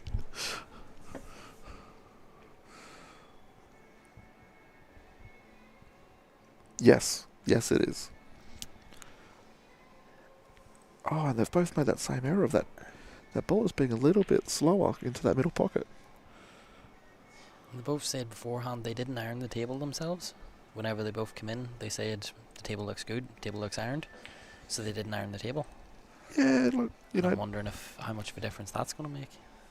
But they've both been playing shots on that table now for 10 frames, so they would have sort of got the pace by now. Yeah. I think they're just getting caught out a little bit with that shot. They're trying to hold it, and they're just playing a little bit softer than what they should be. And you really want reds in this frame, I think. Definitely. And now that it's a foul, this is a great opportunity to break open the red. That's difficult. And he's left such a nice angle on it. Oh, and it's gone completely wrong. What's going on in this frame? This frame. It's because Sebastian's here. Sebash is just messing with the camera angles and... It's just putting the players off. Oh. Full time. So, I think I like, take this ball and the ball in the left middle to just run up into the yellow and red, put the red over the pocket, or just go about it that way. Yeah, that's an unbelievable shot. I was about to say, I think he's going to screw back into it. But it just feels so easy to either overscrew or underscrew where you don't open it, you know. But that's not Angle's game though. Nah. He's got that. That's what I was saying. Like, as much as he might not have the nicest looking queuing action, he gets into the ball so nicely. Like, he can make that white ball just zip around that table, and it's all with ease. Yeah, what they say, timing, quote unquote timing, which is just how you play pool. Realistically, timing is just everything. And yeah, that's the difference, I would say. Is his timing is just... Oh, it's absolutely unreal. And like I said, like, if you watch how much that cue actually goes through the ball, it's more than most players. Like, he gets that cue through that ball. And he's missed a massive one. But again, we're only halfway through this race here. We're not... By no means is it anywhere close to being over here. I don't think you can easily call it, to be honest. No.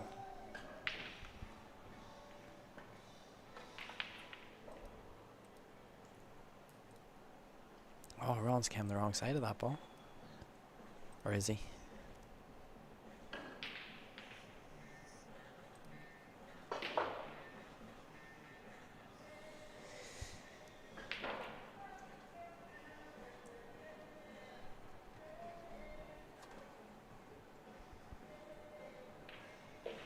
Did we just start a family feud? I just been able to have a chance to read the chat.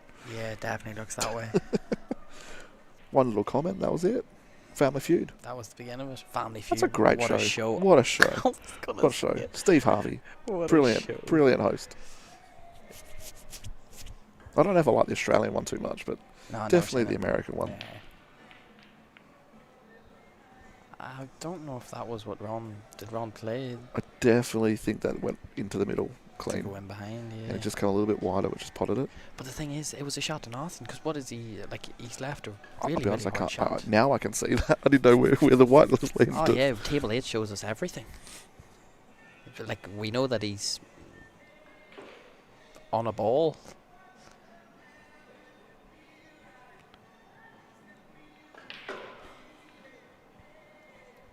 Oh, it was such a hard snooker to get. Let's see if we can get that other camera angle, Sebastian. That new one. So with all that money that we spent on the streaming gear, And this new marble, granite, whatever this table is. All that money, and it should have just went in Sebastian's pocket. Oh, what do you think? Surely you have to try and figure out how to play a snooker here. You wouldn't be playing the 3-ball plant. yes, he is playing the 3-ball player. You've been waiting all night for seeing that. I think you waited all weekend to see that. And he's absolutely creamed it. I think you've mentioned the 3-ball plan at least 5 times tonight. So there you go. You got your wish. Surely we need to get a few comments about that. That's a shot that if Ron Kelly wins this. But as you can see with the way that Ron's played that, I don't know if he was overly confident that would actually pull off. Yeah, which rightfully so. The margin between those balls was massive. And they were all offset against each other. And I don't even think he's worked it out. I think he's just thought, let me get the ball on the board, really.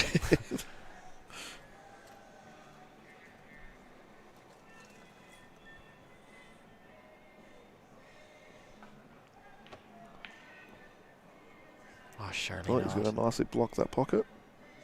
What a great shot. That's a bit harsh. That's a bit harsh, especially where he's left the white. If we had a really good angle, we could actually see if angles can actually pot that red. Yeah. We actually found a use for that camera. It looks like it goes. And It looks like it goes. we can't see it. Is it a half pocket job? Is it a quarter pocket job? Look, I think where he's left it is perfect because he can actually cue it. He's left at quite a nice angle to try and pot it. Easy does it. Oh, Smasher, a little too late on that one. Maybe the next time. Yeah, and even though that massive shot, if Ron had backed himself to pot it and gave himself a go at the position, it would be a different frame. I think that 3-ball plan I is definitely do not a. believe that was anything but a shot to nothing. That was 100%. 100%. He was just trying to. He's like, oh, let me give the commentators a bit of a go here. They've been calling it. Well, Dave's been calling it out all night, and he's like, I'll give him one for the road. Well, one player's been calling it out all night. Yeah. Actually, no, I did say that 3-ball plan, the one with The the other blue. way? Yeah, Yeah. the other way. But I definitely thought that was a high percentage 3-ball plant.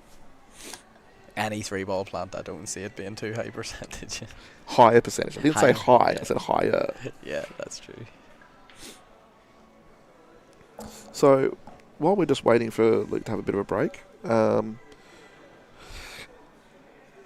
just trying to think about the other really good. Oh, that's right. Good fortune in the city. There's one in Northbridge and there's one in Vic Park. Is that a Barbecue pork, and roast duck. Probably some of the best boneless roast duck you can get with fried rice. Definitely my place to go. I've gotten heaps of people onto it. But their fried rice, what's in their fried rice now? It's just an egg fried rice, just a basic fried rice. No mixed veg, no nothing. No. And it's That's what you want. That to me, that's a true fried rice. Yeah. As soon as you start adding peas and all You're that going sort of into stuff, chicken / special fried rice. oh, you're going to. Well, I better not say what I was going to say, but it's great for Australians. I was always a plain fried rice man. But see, whenever you start adding in your mixed vegetables and you put a bit of chilli in there, a bit of garlic powder, it really starts to become something The past chili fried and garlic rice. powder is definitely what makes fried rice, but peas and stuff. Nah, not needed. It's Not going needed. past. I'm going to quickly run and get a drink here just while we're waiting on the reset. I'll be back in a second.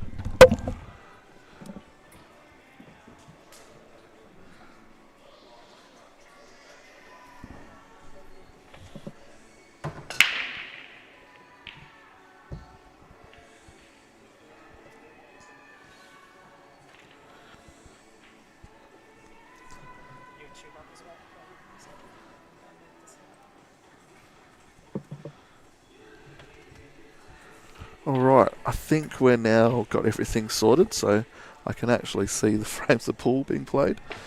Well, that's the thing, like, we've got to give you something to talk about when there's a bit of a break, so I think food's probably the easiest thing for me to talk about. I could talk about signage, but can't just be sitting there plugging my business.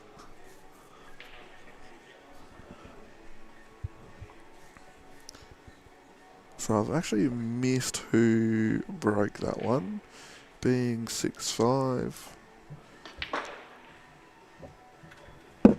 Ron with the first opportunity.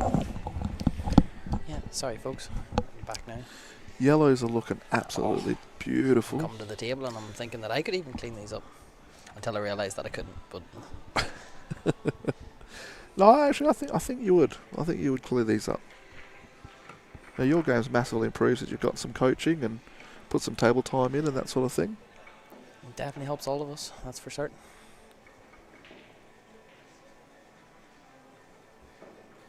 And was this Ron's break? I believe it was, wasn't it? Yeah, it was Ron, so... Yeah, so he's absolutely creamed that break as well. I was trying to remember who broke first. And all things going. Good to see you in here, Bauer. I hope you're keeping well in it. So we know that Bow's a bit of a fan of Ron's. Oh, is he? He's a bit of a fan of Ron's. No, I couldn't tell. Unless Sonny's playing, and then it's Sonny. I think it was a Ron versus Sonny. I think that Jeremy would sort of struggle a little bit there to who does he go for. He would be malfunctioning. Yeah. Yeah, and Ron's came a bit short in that, I think. If we do the top angle, that would be a great time now, Sebash. No, he's definitely on it. Yeah, it's just a bit harder than he wanted to, I think. It's still not an issue, really, but... Yeah, he's played that so good. Well, there you have it. It's in the chat. Jeremy prefers Ron over Sonny. Well, Ron, all-time favourite. I don't think that's the right camera angle, Smash. Back to 6-all. Yeah. And the I am looking at this poll. I've just thought I'll just leave it there, just to see how often that changes. I think people are going, you know what, scoreline 6-all. It makes sense. It makes sense. Yeah, 100%. And you've seen this is the most back and forward poll we've did. It's like Ron wins a frame, Ron's in the lead. Luke wins a frame, Luke's in the lead. This is the exact final we wanted up to this point. You know what I mean? It's been tactical frames. There's been masters. There's been reverses. It's been brilliant. And hopefully it just keeps going. Well, I said I know that there've been some misses, the odd miss here and there. That's been a bit out of character, but the actual quality of pool's been absolutely fantastic. Yeah, it's just made the storyline even better, really. You know what I mean? Oh, what a break that! He's hit that break. Not far off perfect. Honestly, that was the way the white ball tracked perfectly up and down the table. It did get a kick, but that break doesn't get much better than that. And this is where we could begin to see the dish fest. Well, this is where, like, yeah, it'll start showing probably who's going to win. To be honest, if they start getting the break and they start getting balls off it and they're all looking good, we're looking I think like we'll start to get a bit easier to tell what's going on. We're looking like fortune tellers. You said, oh well, if both of them can get their break going at once, it's going to make a big difference. And yeah, both of them have really started crunching this break. I think Luke's came a bit further than... I think the only problem you've got, like, well, for Ron is that obviously he's breaking out of hill. Yeah. So if it does get to hill, Angles is going to get the chance first. So if you were Ron, you definitely want to sit there and try and win the match before it gets to hill. Especially we know that Angles finishes really hard. Yes, 100%. Oh, yeah. I didn't see that one coming. Just ask Sarah Lakes.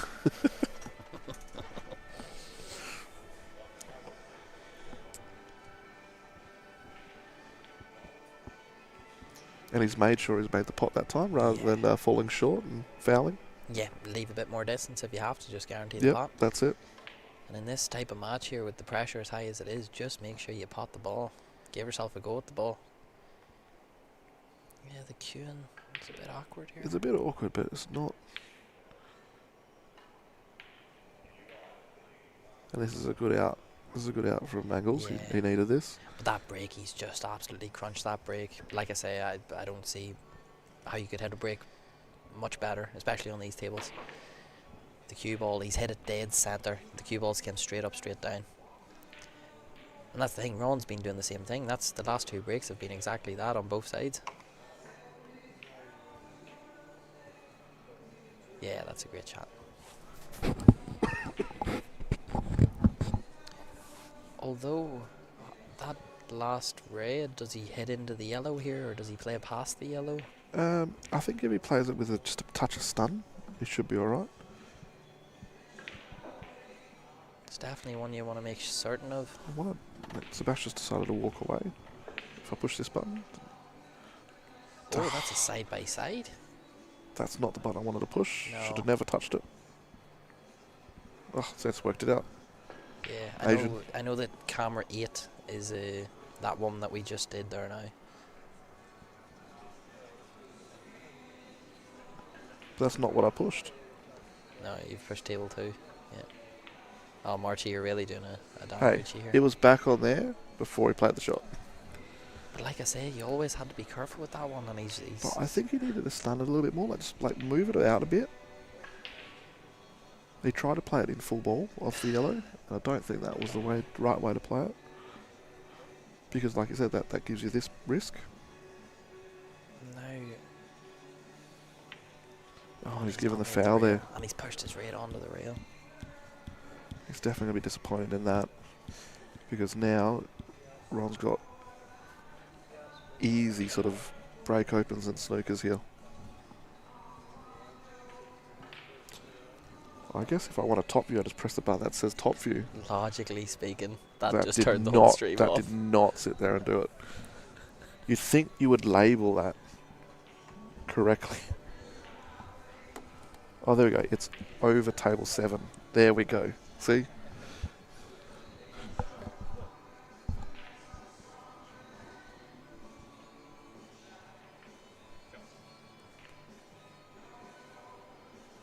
Yeah, and Ron's played a good And one. he's got that snooker on his back. Yeah, he can see it, and I don't think it's... I think he can definitely kick it into the middle here. It's a massive shot, but he can kick it into the middle.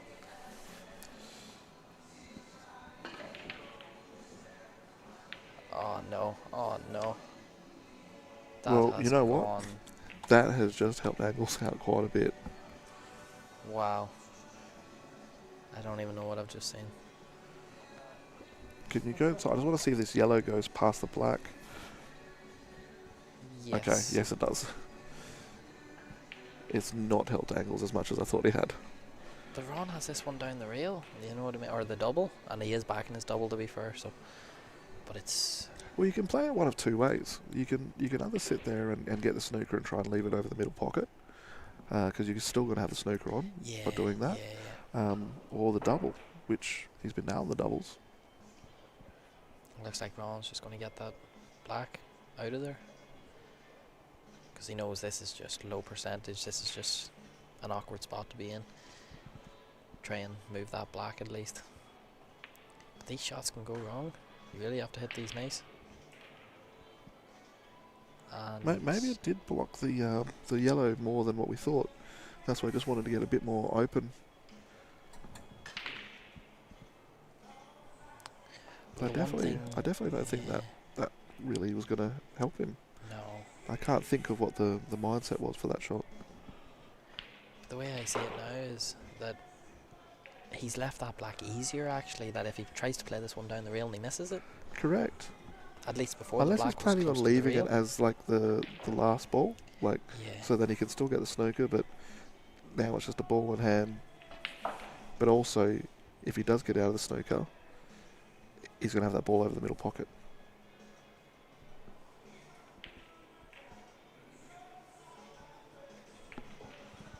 Yeah, I think that's what his plan is. Get it over the middle pocket towards the bottom part of the table rather than the top part. And then I think he's at playing in least behind it here, and he's going to try and pot. So this, come across for it now, leave the other one over the top right and play that. No, he's playing forward, so he's not. yeah, this one. He just pots the one on the top right. And like I said, either he's going to back himself on the double, which looks like he is actually.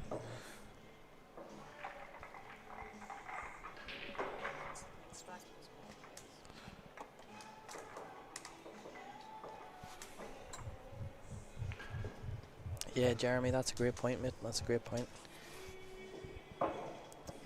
This double wins or loses you the frame. Can he continue the streak? Yeah, the doubles are off. He's in off. He's in off. That's massive. That was the best camera angle you could have used, Sebash. I think that was the risk. I was like, I definitely think that safety shot would have actually been a bit better because it's not like the black is over the pocket. Yeah. So if you run that down a little bit further, Ron could have, like, even if Angles did get out of the snooker and hit the black, it wasn't going to be snookered. Well, it would be hard to snooker in. If it did get it, it would be a very 1 in 10 chance sort of thing. But you think about it, how often do you think you're playing the double and coming off the top rail and into the middle? Like, correct. You're playing bottom right or however he's played that to make that happen. That's not centre ball. You can't do that with centre ball. Yeah, that's right. So he's, to be fair, you can see that side of it as well. That's what I think that's why sometimes going for that aggressive, and it's hard because it's not like he was ahead, like quite drastically ahead to try and give that risk. Yeah. I definitely think that's where just slowing down that little bit might have helped him then. Well, that's 2 frames that's 2 frames that he's lost now because he's went for outs, and the same thing happened again. And again, the massive break, but not a ball down. And you see, this is where the big break could really be working against him. The Reds are looking good here. It's not the simplest out, but it's definitely a tunnel. Could we get a top camera just to see if that red in the... It that goes. Yeah, Red's definitely the balls to go here. Even that red to the middle, I think that goes into the middle as well. Yeah. I really like getting rid of the one in the top right, getting rid of that first. Just that's definitely the one. You've landed perfect on it. Well, it's either or because that one in the middle, like, is it goes, but I don't think it's easy. It's a half pocket, yeah. Well, I guess it was a lot easier than I thought. Yeah. Oh, but he's landed good again to get this ball out. That's right, and that's the thing now is he can play that one to the top right. But I definitely think he's made that red harder now. It just doesn't connect as easily as it did before.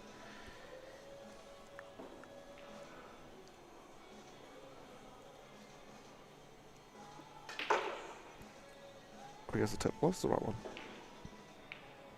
Yeah, I'm interested to see which way he goes about this now. I'm surprised he went for the top left though. I swear on the overhead cam he could hit that one on the top right.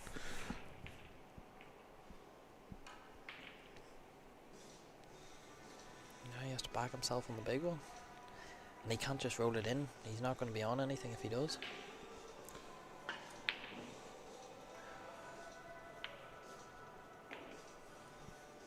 I think that one there just wasn't as smooth as, like, as much as I know that his cueing's like, that sort of quicker flowing sort of cueing, but he's still normally smooth, at least. Yes, yeah. But now you can see where the game plan come into play. Leave that red over the top right, because worst comes to worst, if I miss, the yellow doesn't go, you know what I mean? I couldn't see him not taking that ball if the yellow did go the whole time. He would have took it already. Yeah, the yellow but doesn't. you can still pop that into the other corner. Which he has an angle to get on it now, yeah. It's a big shot. He's cued that so nicely as well. He's a bit short. But yeah, he just needs to come straight up and straight down. He's got enough angle to get up, get back out. Yeah, So yeah. I think you just come straight up the table and straight down it. And give yourself a chance of any ball you like.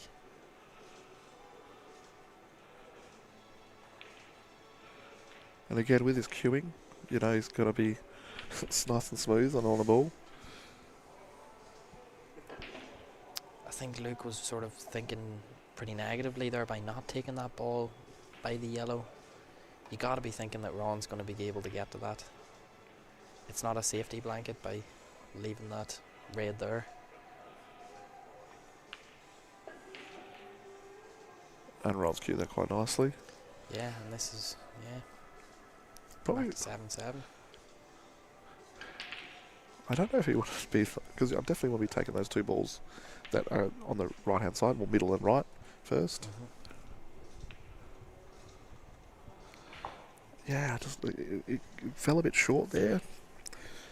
Now this is a bit tougher. Like, I know again you could just screw back, but just everything just makes the angles a little bit harder. 100%. There's I actually think you can just nip this down. Nathan McMahon that told me, like, you know, the reason why these top players are generally the top players is because it's those last three balls that they're generally perfect on. They're not as far out of position as the guys that are lower players. Yeah. Which makes perfect sense because it's not the first five that wins you the frame, it's the last three. That's it. Or the last two, I can't count, but you know what I mean.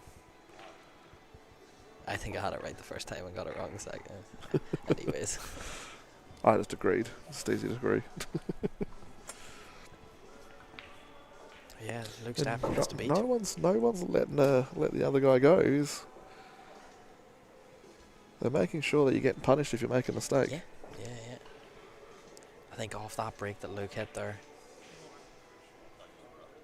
Oh, that was wrong. That was a wrong break. That's massive as well. Yeah, That is massive.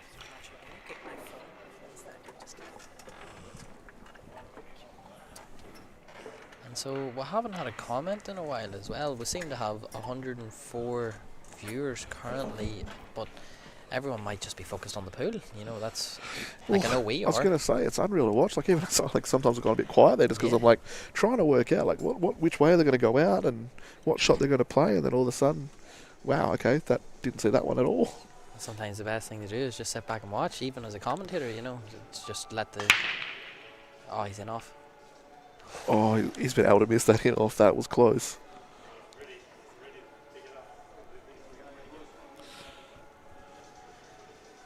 What do you think here? Like, I don't. I'm like, I like the Reds, But if you but you have to make sure you get. If you're going to go for the out, you've got to get that right position on that middle ball. But I think if you can back yourself for that yellow in the middle of the table, cut it in and run into those other yellows. And that's what I was going to say. The starting ball now is quite a big pot. And McCrory's going for it. Good lad, Kieran.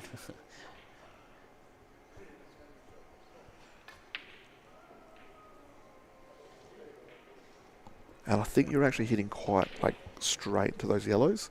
So That's I think you'll be left a yellow on. Yeah, no, I think you're right. Yellows is definitely, if you're going for the out, this is the time to do it. But it's a big pot, big pot. It's massive. This is, I think Reds, I don't really mind Reds, but... Reds, I think if you're going to play a little bit safer. Yeah. Because you can afford to, you know what I mean? But you really have to make it. The first pot on Reds is the biggest.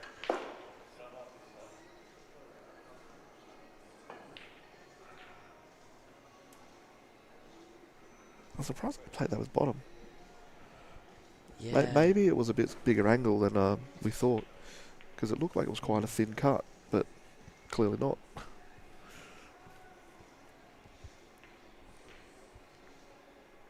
What's he looking at here? Yeah, I think...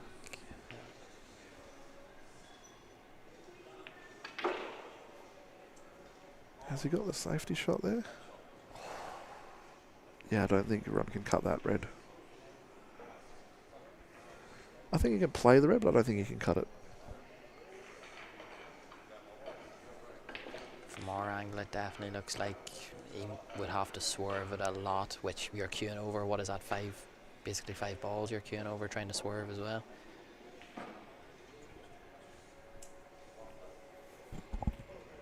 It's funny, the red that's his hindrance to go for an out is also the red that's keeping him in the frame. Which, exactly, you're definitely not going for that red, that's 100% certain. I think he's trying to figure it, is there any way I can hit this red and come back up the table again, up to the top of the board?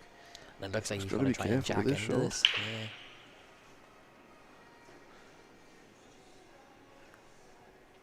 That's what he's looking at. He's going to jack up and try and bring the cue ball up to board again. I don't know. No, he's just going to tap it. Yeah. Oh, that is a great shot. He's worked out. He's actually cut off that yellow as well. That is a brilliant shot. That was the most awkward cueing as well. Doesn't get much worse yet.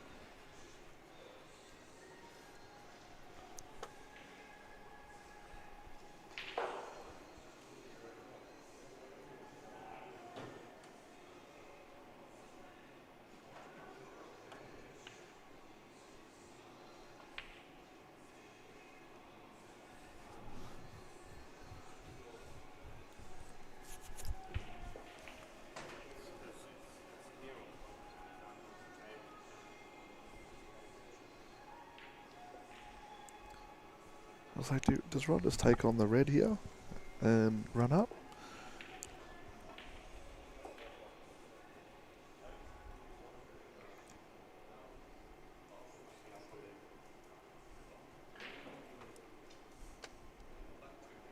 I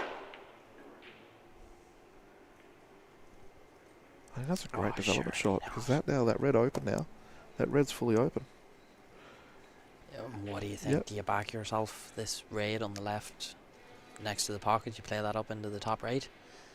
Yeah, well I'm like, the ball that he's playing now is the awkward one. And he's just... And now he can get both of those down and come back for the black.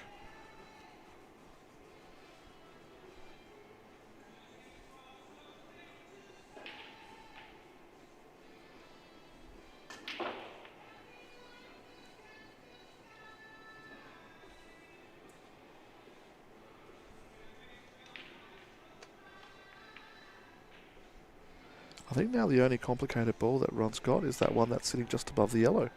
I know that one on the rail looks like it's difficult, but I was about to say he could try and get it out here or land himself behind it and he could just pop it out and he's got that middle one in the middle.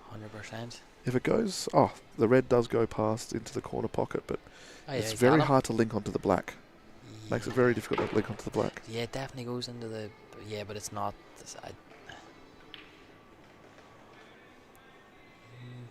He looks like he's going to try and play this, leave himself straight on the one into the top left, screw all the way back and play that up into the top right. It's a serious... Oh no, he's off angle for that. Yeah, like I said, the hardest part is how is he going to get to the black? Either way, he's going to have to leave himself an angle. Because that one, yes, it does go past the yellow. But he needs to leave himself a really difficult cut on that yellow to get on the black.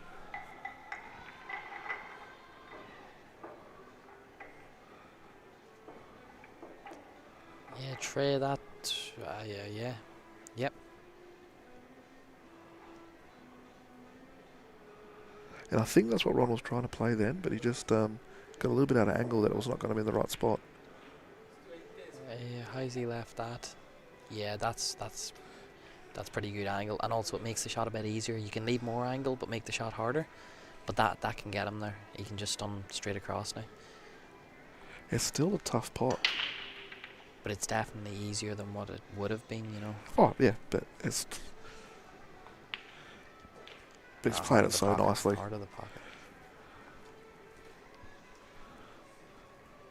That's when you know he's back in his queuing. He knows that that's not a tough pot. Look how straight he cues as well. He's just back and forward, straight as a whistle. That was a great frame to earn there. Ron's off to the races here. You know what? Watching that frame there, Luke really needs to sit there and make sure he gets something back from this one, because Ron looked like he's found form there. Marty McParlin, good lad, mate. Marty McTardy, thanks very much for your wonderful comment. Keep her lit. I'm trying to work out which one he thinks has the funny accent, because technically that would be me. In this scenario, For the Marty rest of the McTardy. Australians, that there he'd have the funny accent, but That's a fairly genius point. Yeah. that's why I was like, I don't think he's talking about you. Have you actually ever tried any of his tarts? No, never had one. Is it that hard to get them? No, I'm trying to lose weight. Yeah, and back to the pool. Kieran McCrory always gets it before I get there. I think I hear he just bakes them for him now. Main supplier. And because we haven't had a break, I can't give a shout out to Orchard Tarts, but I will when there's a break. I will when there's a break. Yep.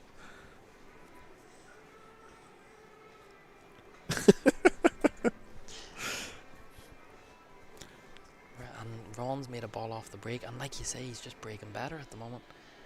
And whenever he makes a ball off the break, you just... And Ron looks Nice like little nudge there, just to make it a little bit harder for angles later. It definitely makes it a bit harder on Ron though, too, if he's looking to go out from here. No, because he can just pop that one down and he pops out. He's got the one in the top right corner.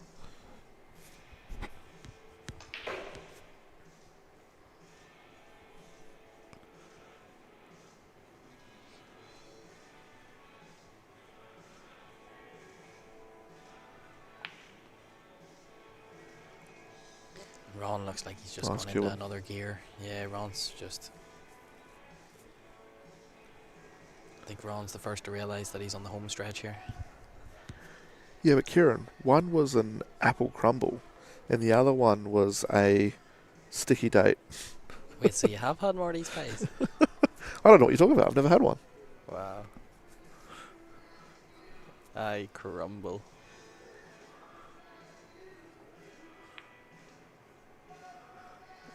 Beautiful Kieran. Yeah, Ron just doesn't look like he's going to I miss now. think Ron has now found his form. I think Angles is in trouble. What did Barclay call? It was 11-6. 11-6 or 11-8? Who was 11-8?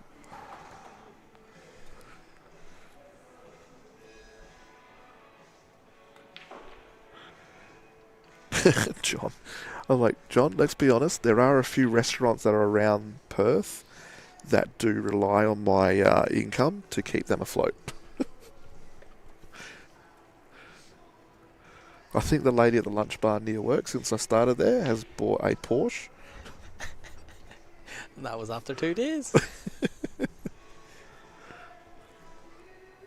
Yeah, it's... To be honest, I don't think 11-8 isn't... This is...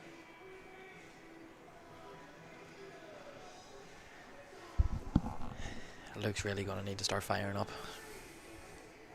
Well, if there's anyone that's going to do it, Yeah. that's Luke. Like, But that's the thing, Luke's playing good pool. It's not like he's not playing good pool. No, he's it's not, like- really, really... like I said, it's just, you know, he needed to get a bit more ahead because Ron can find that form, and you can see that robotic queuing is starting to come in. You know, it's smooth, the same timing each time. He doesn't have that jabby sort of one that's coming in every now and then. That was also nice and smooth.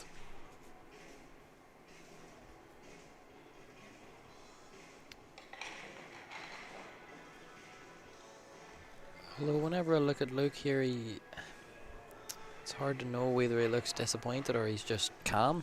He just... the emotion's pretty much the same. Look, that's the both of these players. I'm like, and that's one thing. Like, I know that Angles used to be a lot more animated, but since he's like calmed that animation down, he's been winning more tournaments. It's not saying that he didn't win tournaments before, but he's winning more, and he's a little bit more consistent, I think, with winning, like getting through like quite far into the tournaments. Yep.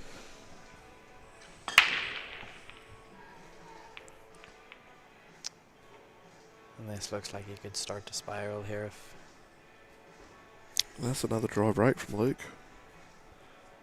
And again, good chance here for Ron.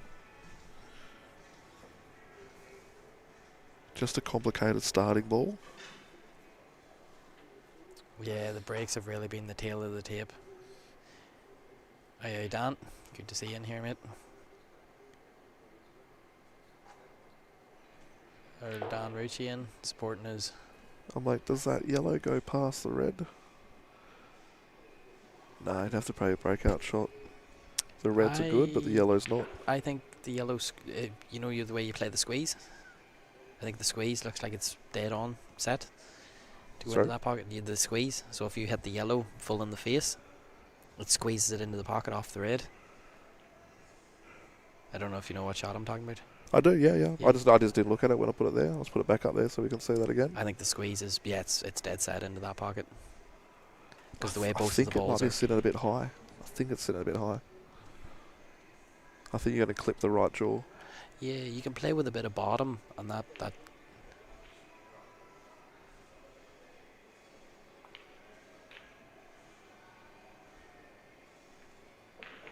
You know what? I think he's got a couple of breakout shots now. Yeah.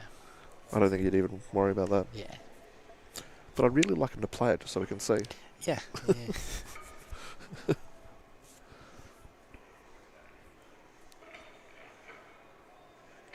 Goes in the centre as well, yeah.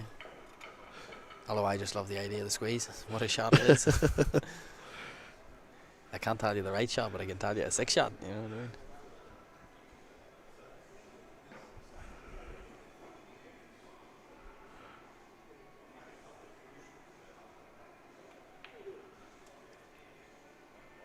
Well, now it goes in any...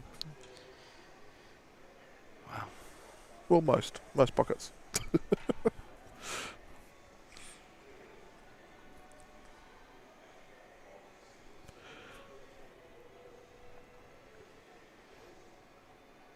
And up to it being 6-6, I think Luke made one ball off the break, and it was a massive break at that, and he just didn't make the out, and that was...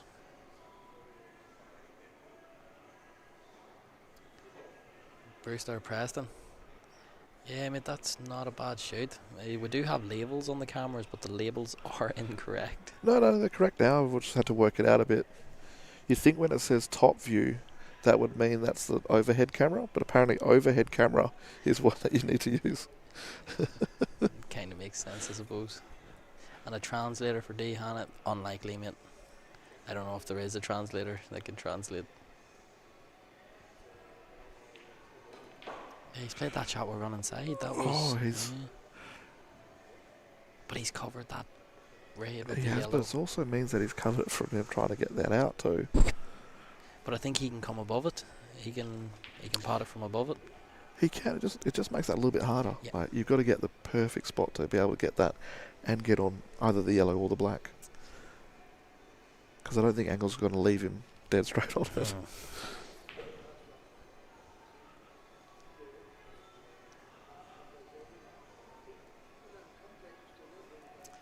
We've got Kieran as the local translator. If there's one man who can do the translating, it's him. But whether people can understand him after translated is the question. We may need a translator for the translator. Depends how many drinks he's had. Yeah.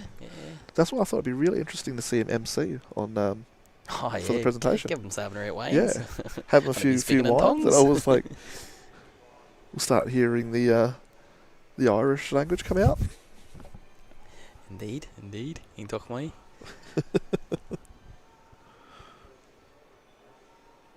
It's here. I think I'd like that the shot that Luke played here. It just... Yeah, it's a good shot, just keeping himself in the frame. Yeah, because all that he's really trying to do here is just slow Ron down. That's, Ron's just doesn't look like he's going to miss. Well, the thing is, that Ron's balls were still, it was hard to play a safety shot.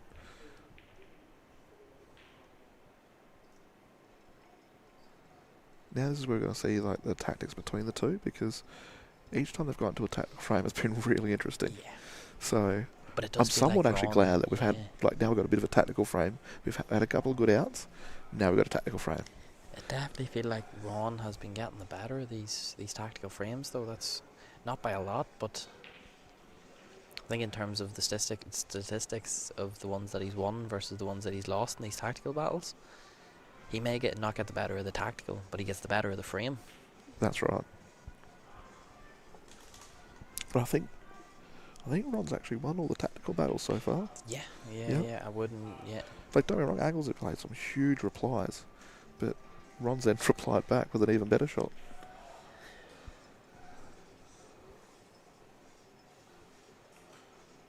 I think there's a few frames where Luke has won where he's pulled back, made it hard. Ron went for an out, missed it. 2 frames at least, 100% 2 frames where, and then Ron missed the out, and then Luke cleared up. That's it. I think. So yeah, that was quite a smart shot by Luke as well. Just trying to get those balls a bit harder for Ron so that he can then start to do something with his other balls. But I wonder if he has the angle here to pot this and run into the. It's tough. He play the 3-ball plan. I was about to say, it could be a big shot here. He can actually try and like skim off the red. It's a big shot. The 3-ball plant's actually not a bad idea either. I was about to say, that's the reason why it's not a bad shot, because he's still covering with 2 balls, and now we just open both of them. And because he's got that yellow on the right-hand side of the pocket, the red can't go into that pocket either, so it's not like Angles can play a ball to get down position and pop that into the other opposite corner. He's going to have to play a good extraction shot. It's just, yeah. I think he's at the point he just needs to start trying to disrupt things. Yeah, just focus on the safety side of things. I think he's overrun it. He's left a shot on for Ron to play down the yellow on the cushion. He can see it. Yeah, he can definitely see it, but it's the angle he's left. It's going in off. He does have to swerve it. Unless he really just soft rolls it.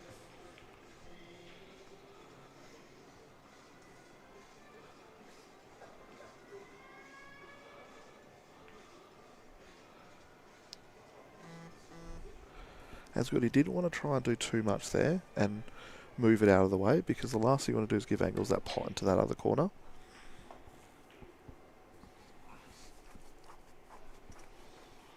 And look at the poll. We've had the poll changed to 52%, saying that Ron's going to win. Wow. But like we said, 2 frames is not, like, Ron's up 2 frames right now. I think where that change was actually when Ron started getting that really nice cue and go, and he started to get the momentum. This is probably the best thing that could have happened for Luke, just to try and slow it down a little bit. He needs give to him a bit of chance. Just disrupt and try and freeze him out a bit. That's really all he can do here. Ron does look like he's putting a fair bit into this to try and run away with it.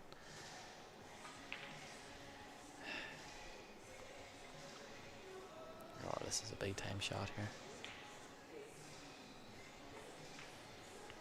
And I think that is a great shot.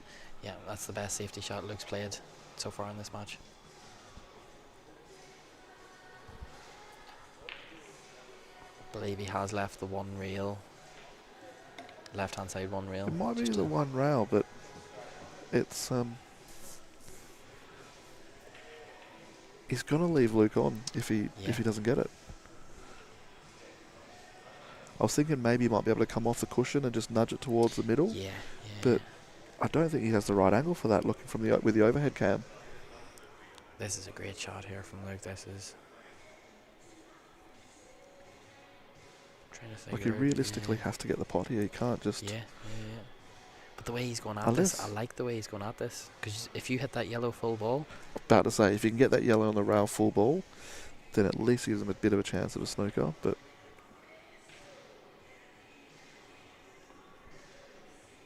or just pot it. Man, that's what I was saying. Like, it's a really good snooker, because that red is sitting in a perfect spot that even if he misses it, he can go out from now. But he has to play this plant. I think that's what he was looking at.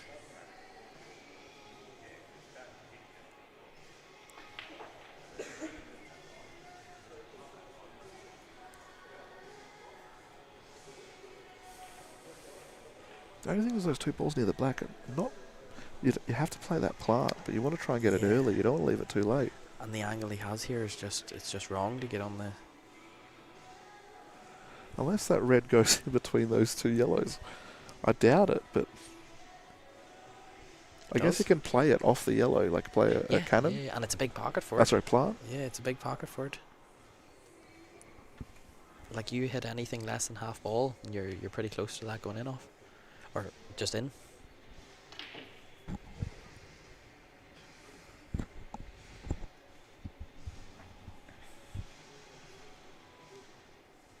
Yeah, that's the shot. The only shot that I can see that he can play with that is off that that yellow into the pocket, And he's left himself perfect on it. Yeah. and this is a good time to do it. But he's still got other options if he doesn't Yeah. quite get the angle right with the yellow. With the white. Sorry.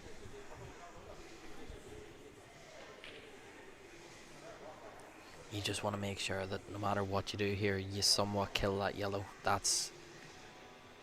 Oh, you you'd be miss it, you focusing pot just on it. pot. Yeah, You'd just be yeah. focusing on full pot. He's hit it too thick.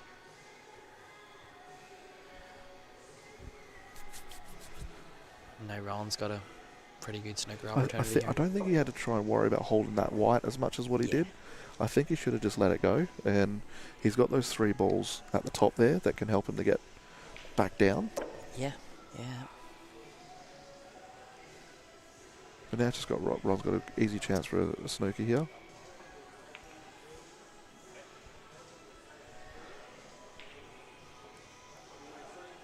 Has he rolled it too far to leave that one up top? Well, that's what I was wondering. I think he's...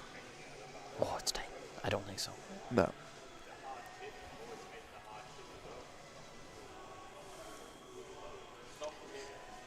But what's the rebuttal here from Luke? I think his escape, he's going to have to try and get that ball that's up at the top. Yeah. It's the only place I can see where he can really get a snooker. Which he doesn't have a bad angle off one rail. That's right. He can definitely get there. I think he's looking at the pot. Maybe it is on.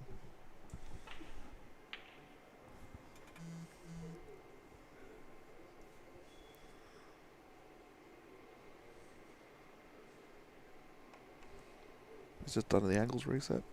Get his head back right.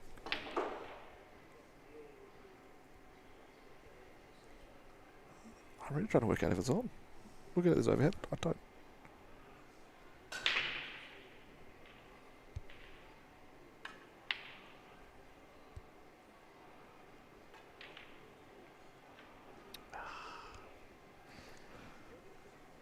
I think you can see what he was trying to do there. Get the Yeah. red. Which it definitely makes it a bit more awkward here. But Ron can just play the shot that Luke tried to play. Yellow off the yellow. That's right. And it means he still holds his white. Yeah, and I think this one's a bit easier as well because you pretty much aim anything left side of the ball. I was about to say, I think that yellow still also goes in. But now it's really, it all depends on where that red goes. I don't think you can get it clean. No, I don't. That's tight. Or maybe just move it over towards the pocket, just leave the white there. No, I think it definitely goes. He's playing screw, so he's going to try and screw out here. Oh, Oh, he could nip it. there was so much ball. It looked like it was like quite thin.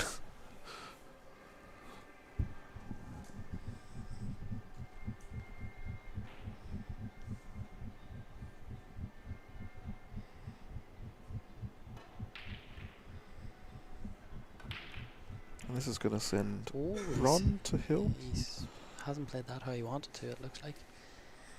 I'm not sure what happened there. Did you see that? Yeah, I think he just thought that it would start a bit more off it.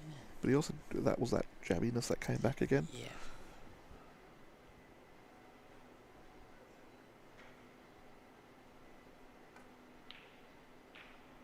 And he made sure he potted that with conviction.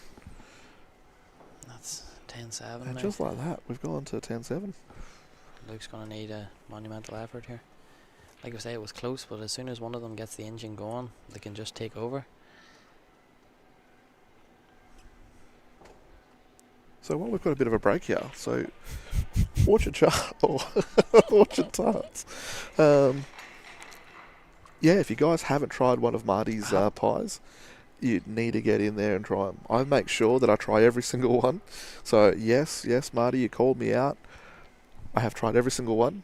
I wouldn't say 50 times. I've definitely had a fair few of the apple tarts and the apple crumbles. Apple crumble has always been a bit...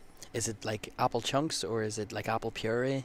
Oh no, it's apple chunks. Oh yeah. Proper, It's done like proper. It is proper. Bit of custard. Look, he actually made me a custard one time, and I was I think he should actually make custard and sell it also with the apple tarts Well, and apple the tart and crumbles. custard is massive. Oh, You know 100%. what I mean? Like, I think that's something that he should be making with it, and just charge through the roof for it. And people pay it. People pay it. It's that fantastic. Yeah, this match, it's really just spiraled.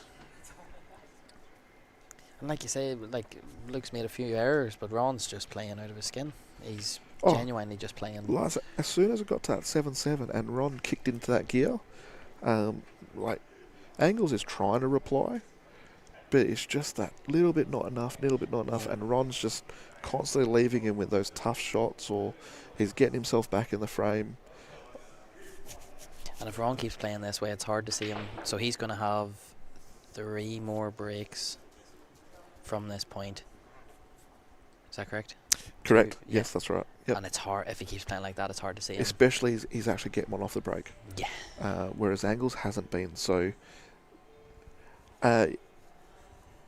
Brewster, if you go onto Facebook, Orchard Tarts, search up Orchard Tarts. They've got a Facebook page, and it's actually a bit of a lottery. So you've got to make sure that if he says the time is 6:30 on Wednesday, be sitting there ready to go, looking at that page at 6:30 on the Wednesday, because he sells out of all the pies within 10 to 15 minutes.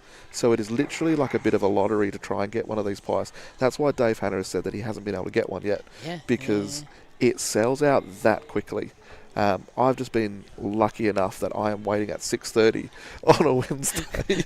Marty's waiting on 6:30 on a Tuesday. Whatever day, I don't care. Even like in the middle of He's waiting Super the League, day I'm sitting before. there looking at the phone at 7:30, waiting for that post to come up to get my pie. And I So would have thought, considering Marty's only 10 minutes, he's from 10 minutes away from I am in Ireland.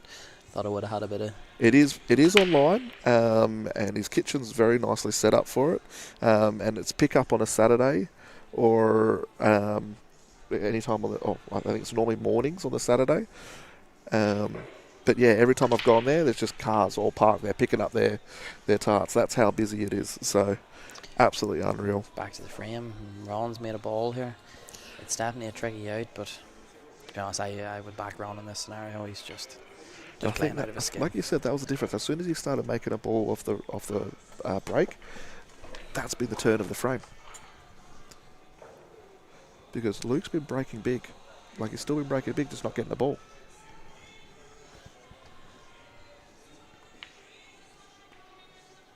And the one thing is, what was actually helping Luke at the start when neither of them were making a ball, Ron's been breaking better the entire game. But because he's breaking better and not making a ball, Luke was having chances to clear up. Correct, that's right. But once he starts making balls, that's when the game changes again. And like I said, Ron was also getting the wins off those tactical frames as well.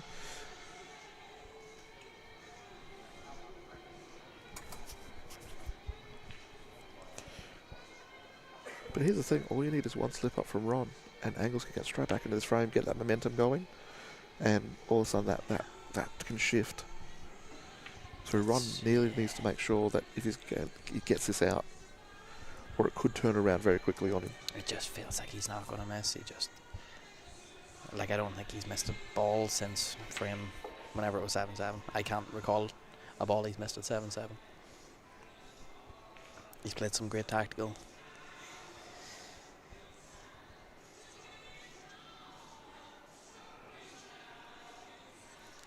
I think this would be the shot here where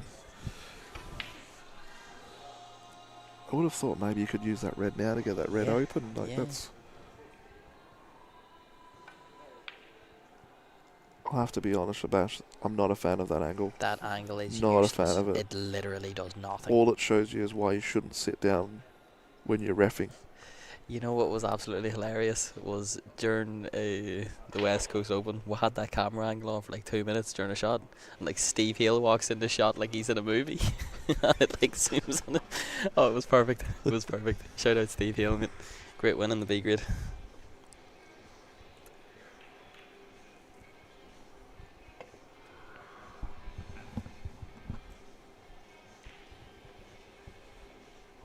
I was like, if he runs this down, and I'm not sure what shot he's going to play afterwards.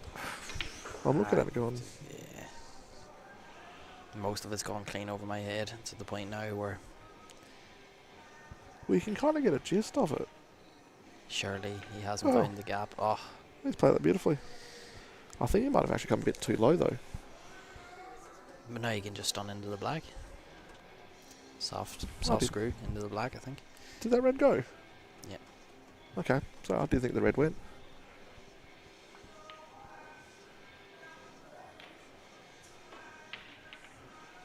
The other red doesn't go. Surely not.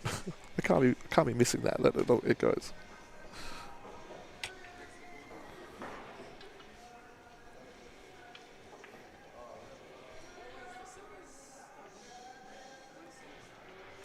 He's going to have to sort of jab at this one a bit, I think. Yeah. I think he snookered himself. I have a slight sneaky suspicion he snookered himself. Yeah, he's jabbed at that big time there. He's probably worried about getting a... Because that's the issue as well, is whenever you have a really sort of strong, consistent cue action, whenever you're pretty close to a ball and you're used to cueing through the ball, well, you can't cue through the ball anymore That's because right. you're too close to it, you know.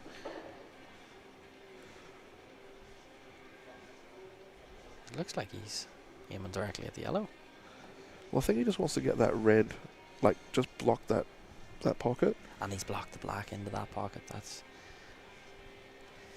But now, this is where Luke can sit there and capitalise on that mess. This is where Luke needs to I turn on. think Ron pulled the trigger a bit too early there. Yeah. I couldn't work out what he was trying to do with that other ball. But I think that red went. He just came short. And now Luke just needs to go into hyper mode here. And take out 3 frames in a couple of minutes just to boost yourself back up. Because you've tried icing Ron out. You know, he's tried playing tactical and trying to see if he can get Ron to slow down a bit, but hasn't been working. Hasn't been happening at all. So now you just need to go full guns blazing the way Luke does. He needs to play his game, 100%. exactly. Yeah. Don't worry about where it's going, just play his normal game. And just do what he can do and just pot everything. Yeah, that's it. But he hasn't made some of those big shots that he normally does. I think he's rattled them and that sort of thing from memory. And normally, like that's one of his big elements. You think that you left it safe, and then he just sits there and just shows you that it wasn't that safe.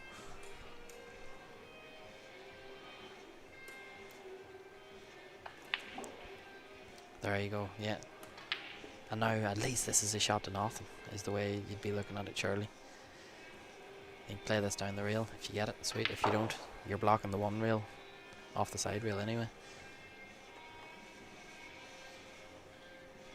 Or maybe he's just thinking about the pot. At this point, just thinking about the pot.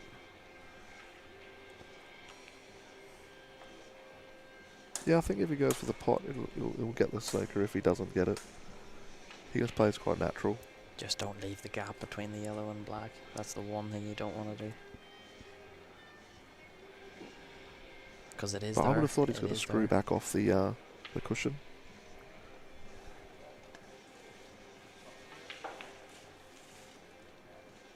I think, yeah, he focused on the safe shot. And that's not a bad idea. Like I said, like sometimes the guys I think have gone a bit too aggressive, and then they've ended up not getting that out, and the other person's got the opportunity to pot out.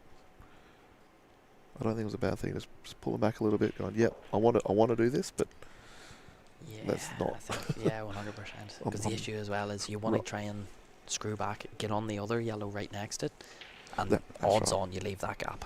Pretty much every time you're going to leave that gap without even realising it. But this is like, at this point in the match, you feel like Ron's potentially going to pot this. Or just cover a ball. Oh, no, he's come up short. He's come up short. I think he's come short. Yeah, yep, he's come short. But you know, I might like that ball doesn't go. The other one we thought didn't go, but it doesn't go. Luke's going to have to work this out here. I think you take left bottom pocket, screw up for right bottom pocket. Oh, this is massive. Yeah, he's just holding up now. He's like, yep, let's play the smarter shots. But look, it's a big pocket. That red, it's a big pocket into the bottom left. And he's going to be plumb on the black.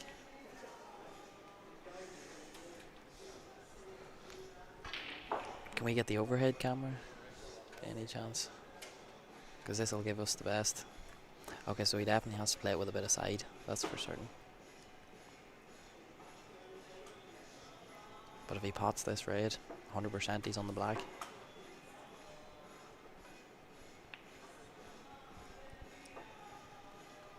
Okay, that should 100%, yeah. And now, just like that, just by playing those couple of nice, just holding back that little bit.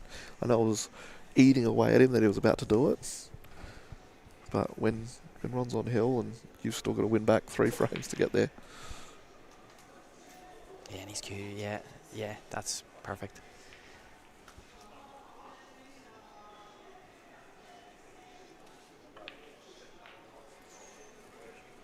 Yeah, he's landed, yeah. So now just make sure you stun this in. Dylan Moyes. It's always Dylan Moyes. You must just be after a loss. So he's slamming the table. Same old. Hulk Hogan over here. And yeah, that's a nice big clawback. Frame.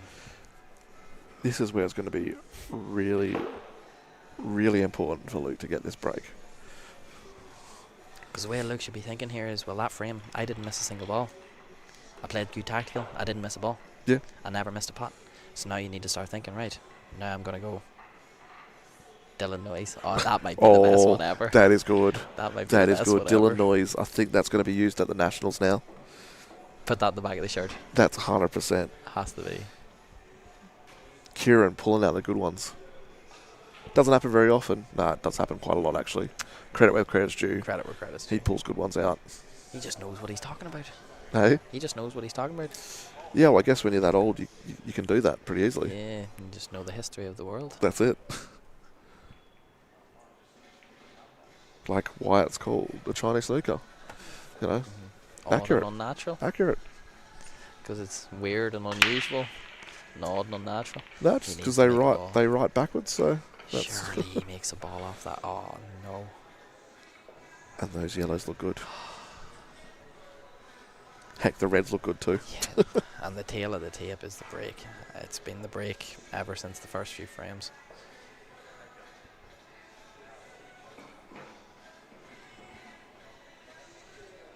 And this we said it's going to be really important that because he breaks big. He's really putting all his eggs into one basket at the fact that, well, I'm going to break and I'm going to make a ball here. Wow, John's already. John might have got this prediction absolutely spot on. No, he said 11-6. Oh, miles off. Yep. Who did call 11-8 though? Someone did call 11-8. Clayster, or what was his name? I think it was Clinton. Trey wasn't far off. 11-9. Oh, let's not count it out yet. Well, he's landed a bit awkward here. Oh, Clinton Salter was the opposite way around. I swear there was someone that said 11-8 for a run. Right, I better close off the poll. No cheating now. I'm like, Helen Wood, I think still possible. 11-10. But he's just played such a good shot there. This is...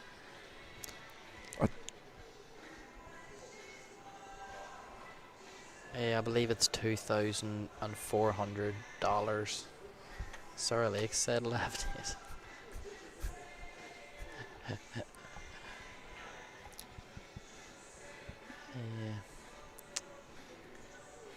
Yeah, it's been the break. It's been the break all night. That's been the big difference maker. Well, like you said, as soon as someone gets the break and they start getting these balls off a break, they're the one that's going to win it. And lo and behold, your prediction was 100% accurate. even it. Because I don't think Luke's actually potted a ball off the break all night. He potted one, and it was a massive break, and then he missed the clearance. You remember that one? Oh, that's right. Yep. And that was, yeah. I'm that old. It was Confucius that told me about the Chinese snooker. Makes sense. I believe It that honestly too. does. I believe that. Shout out to the Mao dynasty, indeed. I Probably believe it not. was also Confucius that said that Kieran should MC the presentation night. Quickly before the match finishes, should Kieran McCrory MC the presentation night? Put a poll up. I don't know if I can type it that quick. I don't like this keyboard, to be honest. No, it's not. It's not ideal.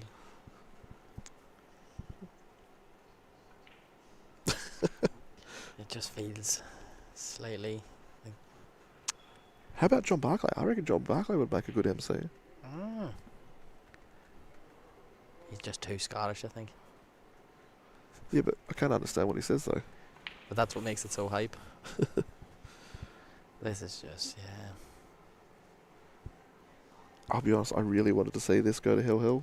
It was such a great match. Up to 7-7, and then just... It was just a break.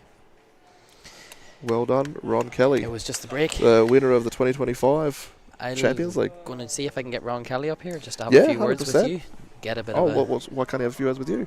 There's nothing wrong with having a few words with you. Very true fact. But that was a great match. And it's been good fun commentating these final series. Marty. Thank you very much again. It's been lads. very enjoyable. If this is the last you hear of Rush Hour, at least it ended well. Well, probably the end of Rush Hour for 2025. Yep. Yeah. It's been a good run. It's definitely been a good run. I've enjoyed every minute of it. Let me have a look here. Hey, Ron? Can we get a few words?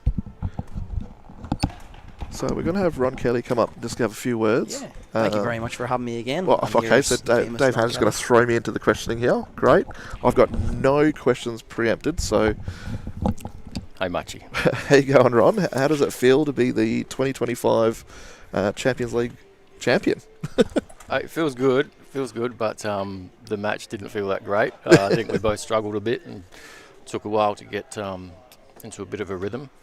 But happy with the result for sure. Fantastic. And when you were breaking there, Dave and I were saying that the break was really starting to decide the frame. There was only one frame there that Luke actually got a ball off the break. You started getting a run at the end there and then got away with the win.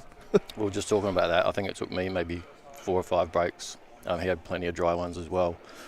But the first half of the match, neither of us really capitalised on the errors. Although Luke, I think, had a couple of my break, a couple of master shots. But yeah, it was just a funny match. It was hard to get into a rhythm. Yeah.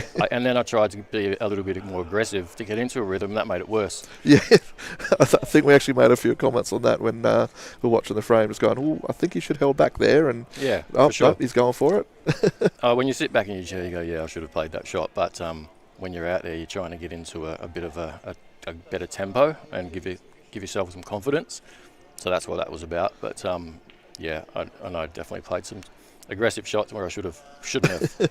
Yeah, but got the result at the end. Started feeling a bit better. So yeah, no, well, and that's the thing. Like you're saying there, we noticed that your demeanour around the table just looked, even when you missed a pot, you still looked exactly the same as when you just made a big shot.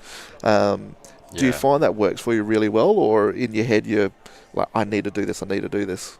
I think some people can be their own worst enemies, and I think not showing any emotion. You just got to trust that you'll come good at some point. Trust yourself that you still make that pot. Even though you're not feeling well, you still got to play the right shots, play the shots that you know you can get. But, you know, if I drop my head or I make some funny faces, like, what's the point? What do I get from that? Nothing. Yeah, that's true. Absolutely nothing. So, yeah, just got to just keep everything the same. And that's a good thing for everyone that's been watching the stream, you know, like just that mental side of things, and how much it plays a big impact on the game. Yeah, it's actually a hard thing to do, but I was lucky enough that somebody taught me that when I was young, and so I did it from a young age. But yeah, it's definitely a good lesson, especially for the younger guys. It's still not too late. It's never too late. Yeah. You know. So for everybody, it's a good lesson, I think. But yeah, I enjoyed it. Thanks for Thanks for the commentary. No, that's all right. As I say, and I'm like, you had your children watching the game as well. Yeah. Both in the comments there, cheering you on. Yeah, So that's lovely. that must have been a good feeling as well. Yes, I got a couple of text messages. I did check my phone. So, hi kids, thank you for watching. And they're probably happy because they get $50 each. So, Well, Summer did make a comment about that, so it's a good thing that you won that. So she get her money. That was definitely mentioned. yeah. No, thank you very much, Ron, and yeah, well done on the win. Thanks, guys. Appreciate it. Thanks, Marchie. Thanks, Sebastian. Cheers. Cheers. Thanks very much, everyone. And look, we're going to start having more commentating throughout through the tournaments and that sort of thing. Yeah, we're really putting a big focus on making sure someone's there. So we're going to start looking at sponsorships and that sort of thing for some of these tournaments. So something to keep in mind if you're wanting to jump on board and sponsor some of the tournaments and get mentions and like what we did tonight with just some of the food places. Definitely, if you're a food place, it makes it a bit easier for me to give you shout-outs because there's a good chance I've tried it. So, but yeah, thank you very much for watching. And yeah, what a great match. Thank you and have a good night.